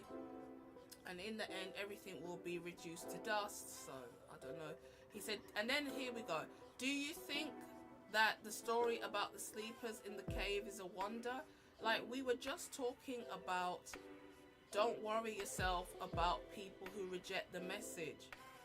And then he jumps to the story about people hiding in a cave. And these are Christians. So when we say there are Christian elements, hymns, Christian moral stories in the Quran, we mean it. The young men sought refuge in the cave, praying to God, the most merciful, would guide them to a way out of their predicament. God put them into a deep sleep and awakened them after a long time. How long they had been sleeping is argued about by believers and non-believers alike. But now God reveals the truth of the matter. They were young men with strong faith, and God gave them even more guidance. Up to now, we still don't know. And if I ask it to give me the hadith, it will tell me Muhammad couldn't find the answer, so he just said Allah knows best, like Muslims today.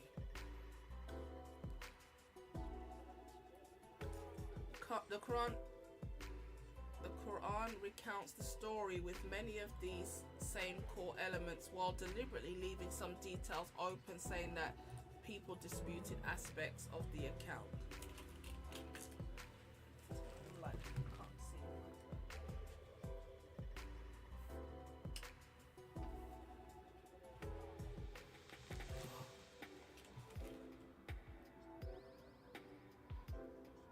Solomon, I hope this thing is showing because my phone's just died.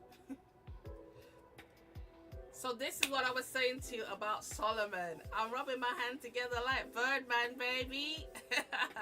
The Bible portrays Solomon as wise. Later Jewish traditions almost make him a magician. He controls demons. You see, in the Jewish tradition, they didn't have the concept of jinn. So it was demons and spirits. There's not really any understanding of the spiritual realm in Islam. It's just jinn, and jinn is a physical being that's invisible. But jinn is not a demon. People often think, oh, it sounds demonic, so it must be a demon. No. Jinn and demon is two different things. Quran doesn't really know about demon, and Judeo-Christianity doesn't know about jinn. But in the Jewish tradition, as I said, Solomon flies on a flying carpet. He controls the wind. He controls a flock of birds. He can talk with animals. He has the gift to talk with animals. And he uses rings to control entities. So he's Aladdin flying on the carpet with genie. He's Sauron, he's Lord of the Rings. You name it, he does it. He's Dr. Dolittle, he's everybody. All these stories come from Jewish legends. So the Testament of Solomon describes Solomon commanding demons using a divine ring. The Quran likewise depicts Solomon commanding jinn, the wind, speaking with birds, although it frames these powers as gifts granted by God rather than magical achievement. Okay, category what? 7? Adam and Satan. This one I don't know. One of the most fascinating developments concerns Satan's rebellion. Genesis never explains why Satan fell. The serpent simply appears. Second Temple Jewish writings and later texts such as the life of Adam and Eve fill in this gap. So God created Adam. We've done this one already. I think it's because I changed the parameters. It's put it now down here for some reason. God created Adam. Angels are told to honor him. Satan refuses. We've done this one already. This is not even the half of the matter. There were more, because there was some about the folklore. Oh, see? Because I kept changing, chopping and changing, it's lost some of them. Because there was some about the folklore. I don't know if ChatGPT will give me more because it's the free one.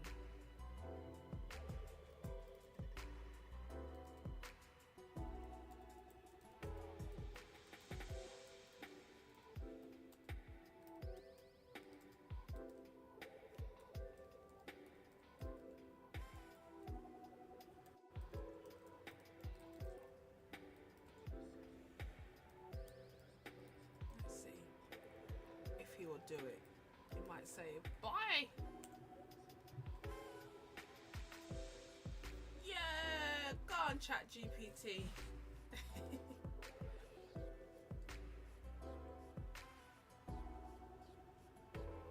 Solomon is actually one of the best examples of the Quran interacting with post-biblical Jewish traditions. If you compare Hebrew Bible with the Quran, you'll notice that most of the miraculous elements in the Quranic Solomon narrative are not found in the Bible itself, but appear in Jewish, Christian, and late antique legendary literature that developed between roughly the 3rd century BCE, so 300 years before Christ, and 6th century after Christ.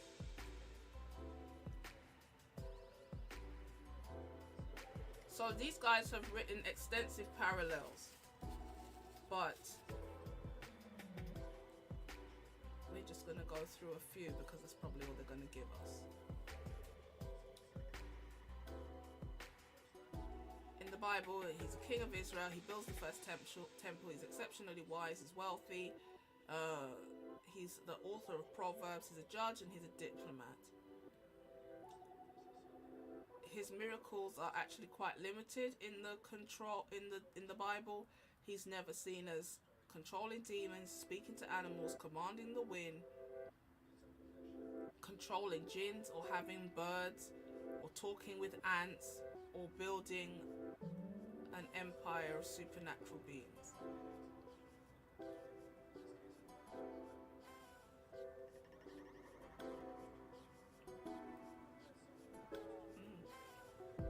Instead of being, by the time of the 2nd century, Second Temple, 300 years before Jesus, he wasn't just a wise king, he was now made into a magician.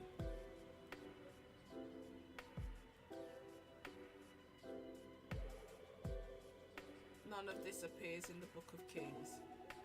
Oh, see, so he's not giving me the comparison, because I wanted to talk about the story of the flying carpet. Where's the carpet?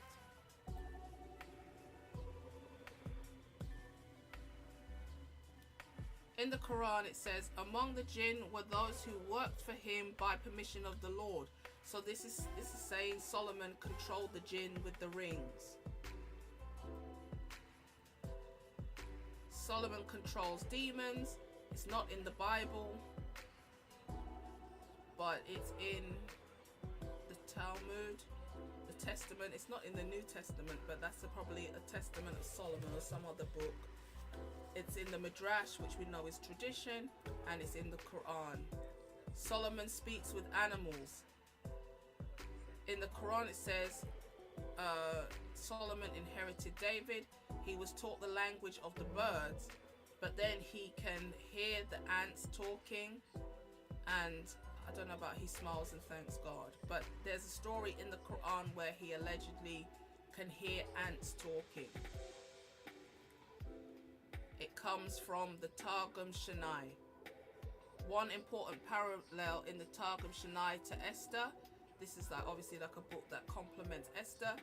This Aramaic retelling dramatically enlarges Solomon's story to the point where he can understand birds and beasts.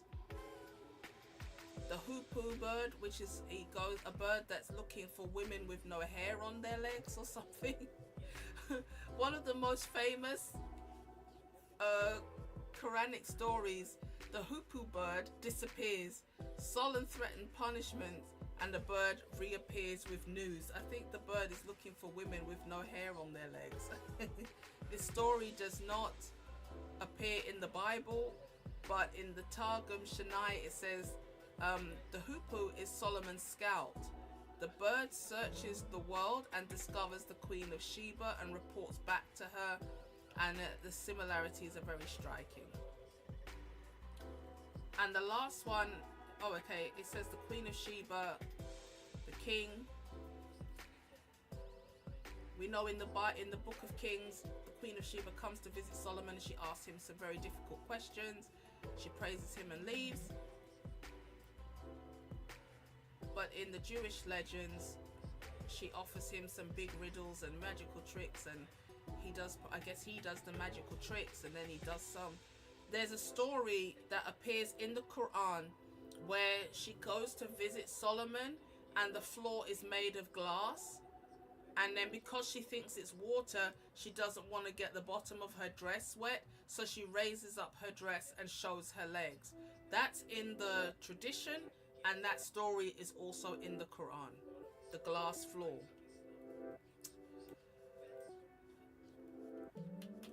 Oh, see it there? One famous story, Solomon builds a palace with a transparent crystal floor. The queen mistakes it for water and she lifts up her dress, exposing her legs. And Solomon commands the wind. This does not exist in the Bible, but it exists in the Quran. The rabbinic literature says in several places Solomon flew, and it says that he had a giant carpet that was kilometers long. Again, I haven't got a problem with supernatural events because God can do whatever he wants to do, but a carpet, a rug, a mat that is stretching from Saudi up to like Europe, it was that long, 60 miles long or something. And Solomon used to put all his army, horses, this is what the Quran and the Hadith is saying. Horses, chairs, it could contain 60,000 chairs. It had army, a flock of birds flying over the top. He used to put his soldiers, he used to put all his horses and chariots and carry a ton of stuff on this giant carpet. There isn't one record of anyone ever seeing this humongous carpet. I don't have a problem with the idea of the carpet, but how is it that this carpet was so massive and no one ever saw it? I literally heard a Muslim saying the other day that the carpet was invisible, just to cover the ridiculousness of the story. So when it says on the winds, it was he had a giant carpet. It might come to it now. Solomon and the ring, we've been through this extensively. He used the ring to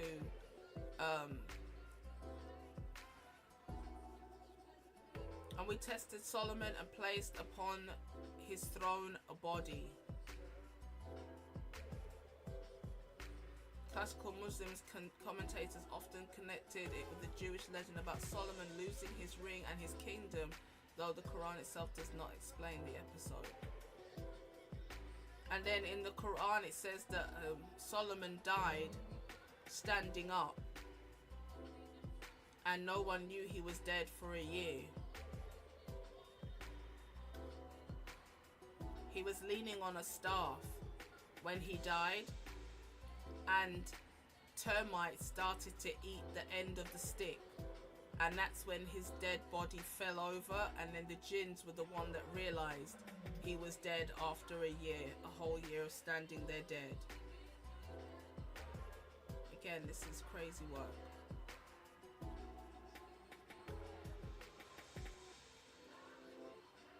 Step 11. One of the Quran's most distinctive contributions appears to be in Surah 2:102. Solomon did not delete.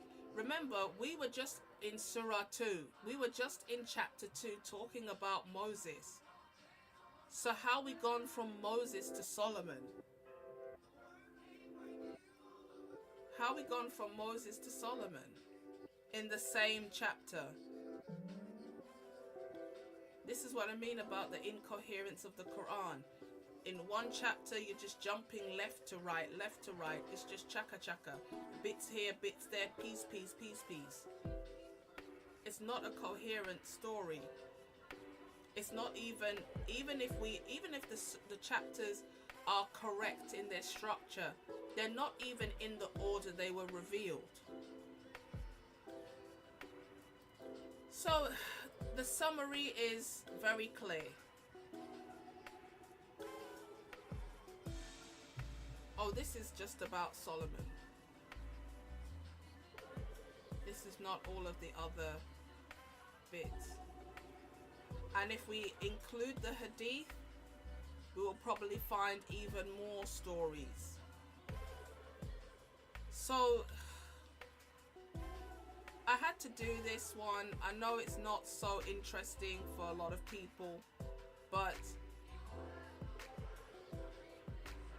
it's important for Christians to know, especially if they're debating this information. And for people who are getting deceived and beguiled by Islam, you know, to understand that Quran is not this mystical, amazing book that couldn't have come from anywhere other than a divine source. Just a simple Google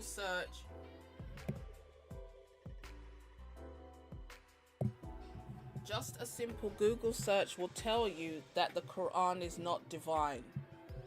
When you ask Muslims, why do you believe the Quran is divine? They'll say to you, because of these different things. And we have to be able to refute that explanation and say, no, all of your stories come from other sources. Muhammad wasn't a person who was he wasn't a person who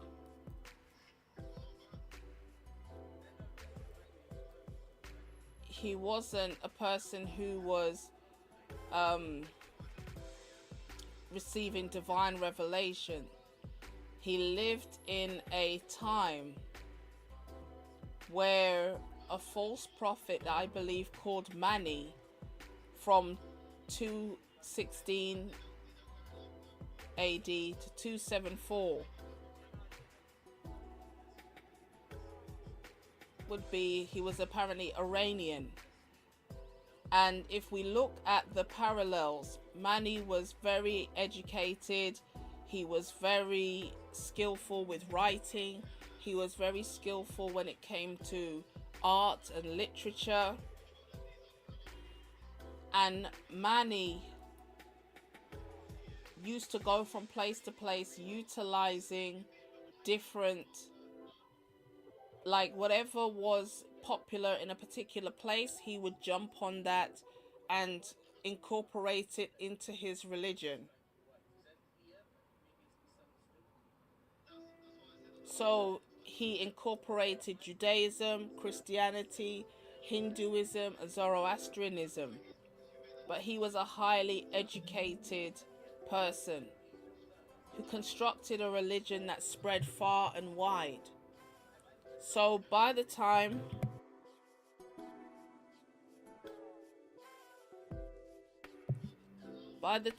Muhammad came in the 7th century, Manichaeism was everywhere. So Muhammad could have been trying to pattern himself after this person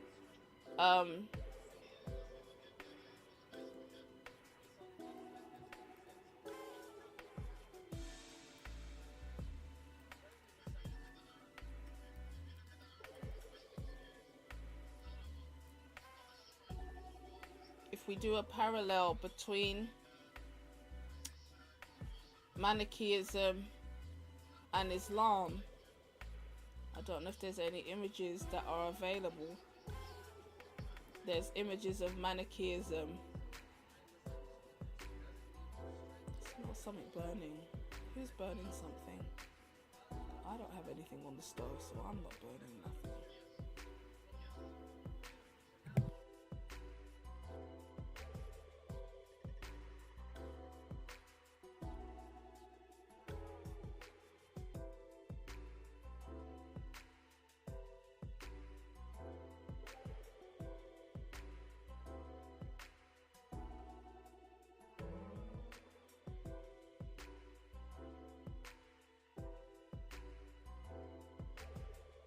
I literally smell something burning, so I'm just I need to go and check. So I don't see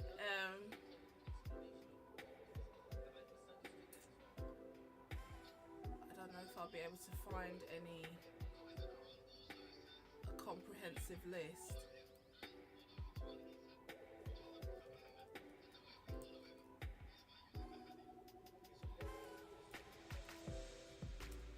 Let's see.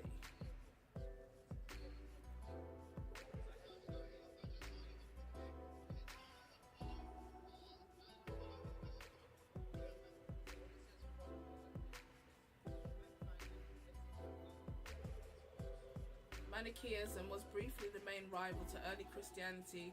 It was increasingly persecuted both by the Roman state and something else.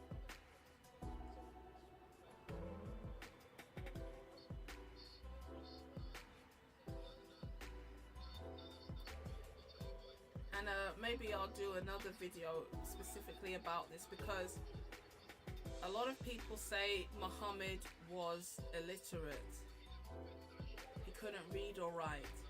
So the question becomes, how did he really access all of this literature if he couldn't read? Which I don't believe is true. But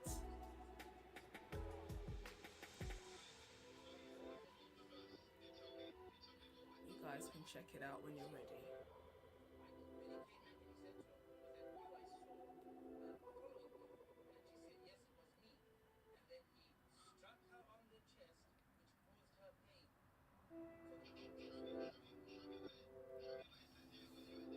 People have put the link together because they can see that this person called Mani called himself the seal of the prophet. This is 300 years plus before Muhammad came and took the same title. Mani claimed that he was the Parakletos, or the praised one. Now the Muslims are saying, no, it's Muhammad is the Parakletos. Mani said before you pray, you have to have set times to pray, 4 set prayers. And that before you pray, you have to wash your hands, your feet, and your face. So this is very similar to the Muslims. And there were other rituals that were quite similar, that we see Mani kind of trying to incorporate a little bit of everybody's doctrine into his new religion that he was forming. This is how he was able to move from community to community, because it's like Muhammad. Muhammad, when he got around the Jews, he would talk about Abraham and Moses. When he got around the Christians, he would talk about the Messiah. When he got around the Sabians, he would talk about the 3 daughters of Allah, and talk about or the pagans, he would talk about the 3 daughters of Allah. When he talked to the Sabian, he was doing their rituals. So Muhammad was trying to incorporate a little bit of everybody's religion to show that he was so-called peaceful. And this blueprint was given to him, I believe, by Mani, because Mani was a Judo-Christian, Gnostic, Zoroastrian, Hindu. I think he was a Buddhist. Was one of them. Buddhism, I think he was Buddhist, which is why he was mostly vegetarian and a pacifist. But because of the Zoroastrian element, he also had a bit of a Gnostic bent. His mother was a Gnostic. She was in a Jewish Christian cult. So Mani was familiar with the Jewish legends. And you can imagine they would have studied these infancy gospels and Gnostic gospels a lot, because that's what they believed in more than even the canonical Bible.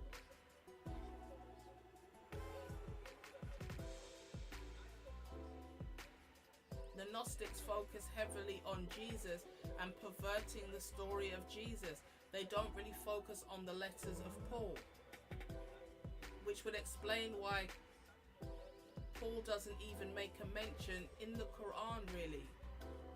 Because if Muhammad is getting his knowledge about Christianity from Gnostics, And the Gnostics are not talking about Paul.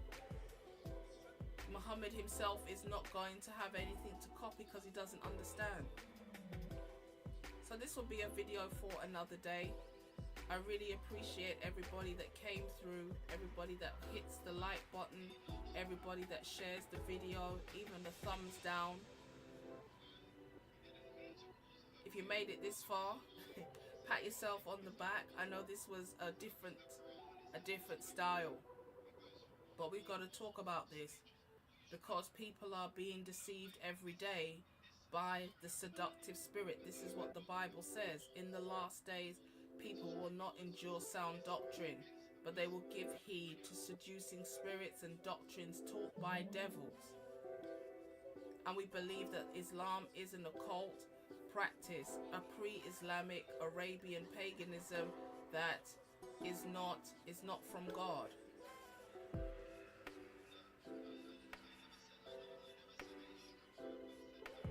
So with that being said, I hope everybody has a great evening. Hit one of the hands, like, comment, share, subscribe. Let me know what you think in the comment section, and if you know of any other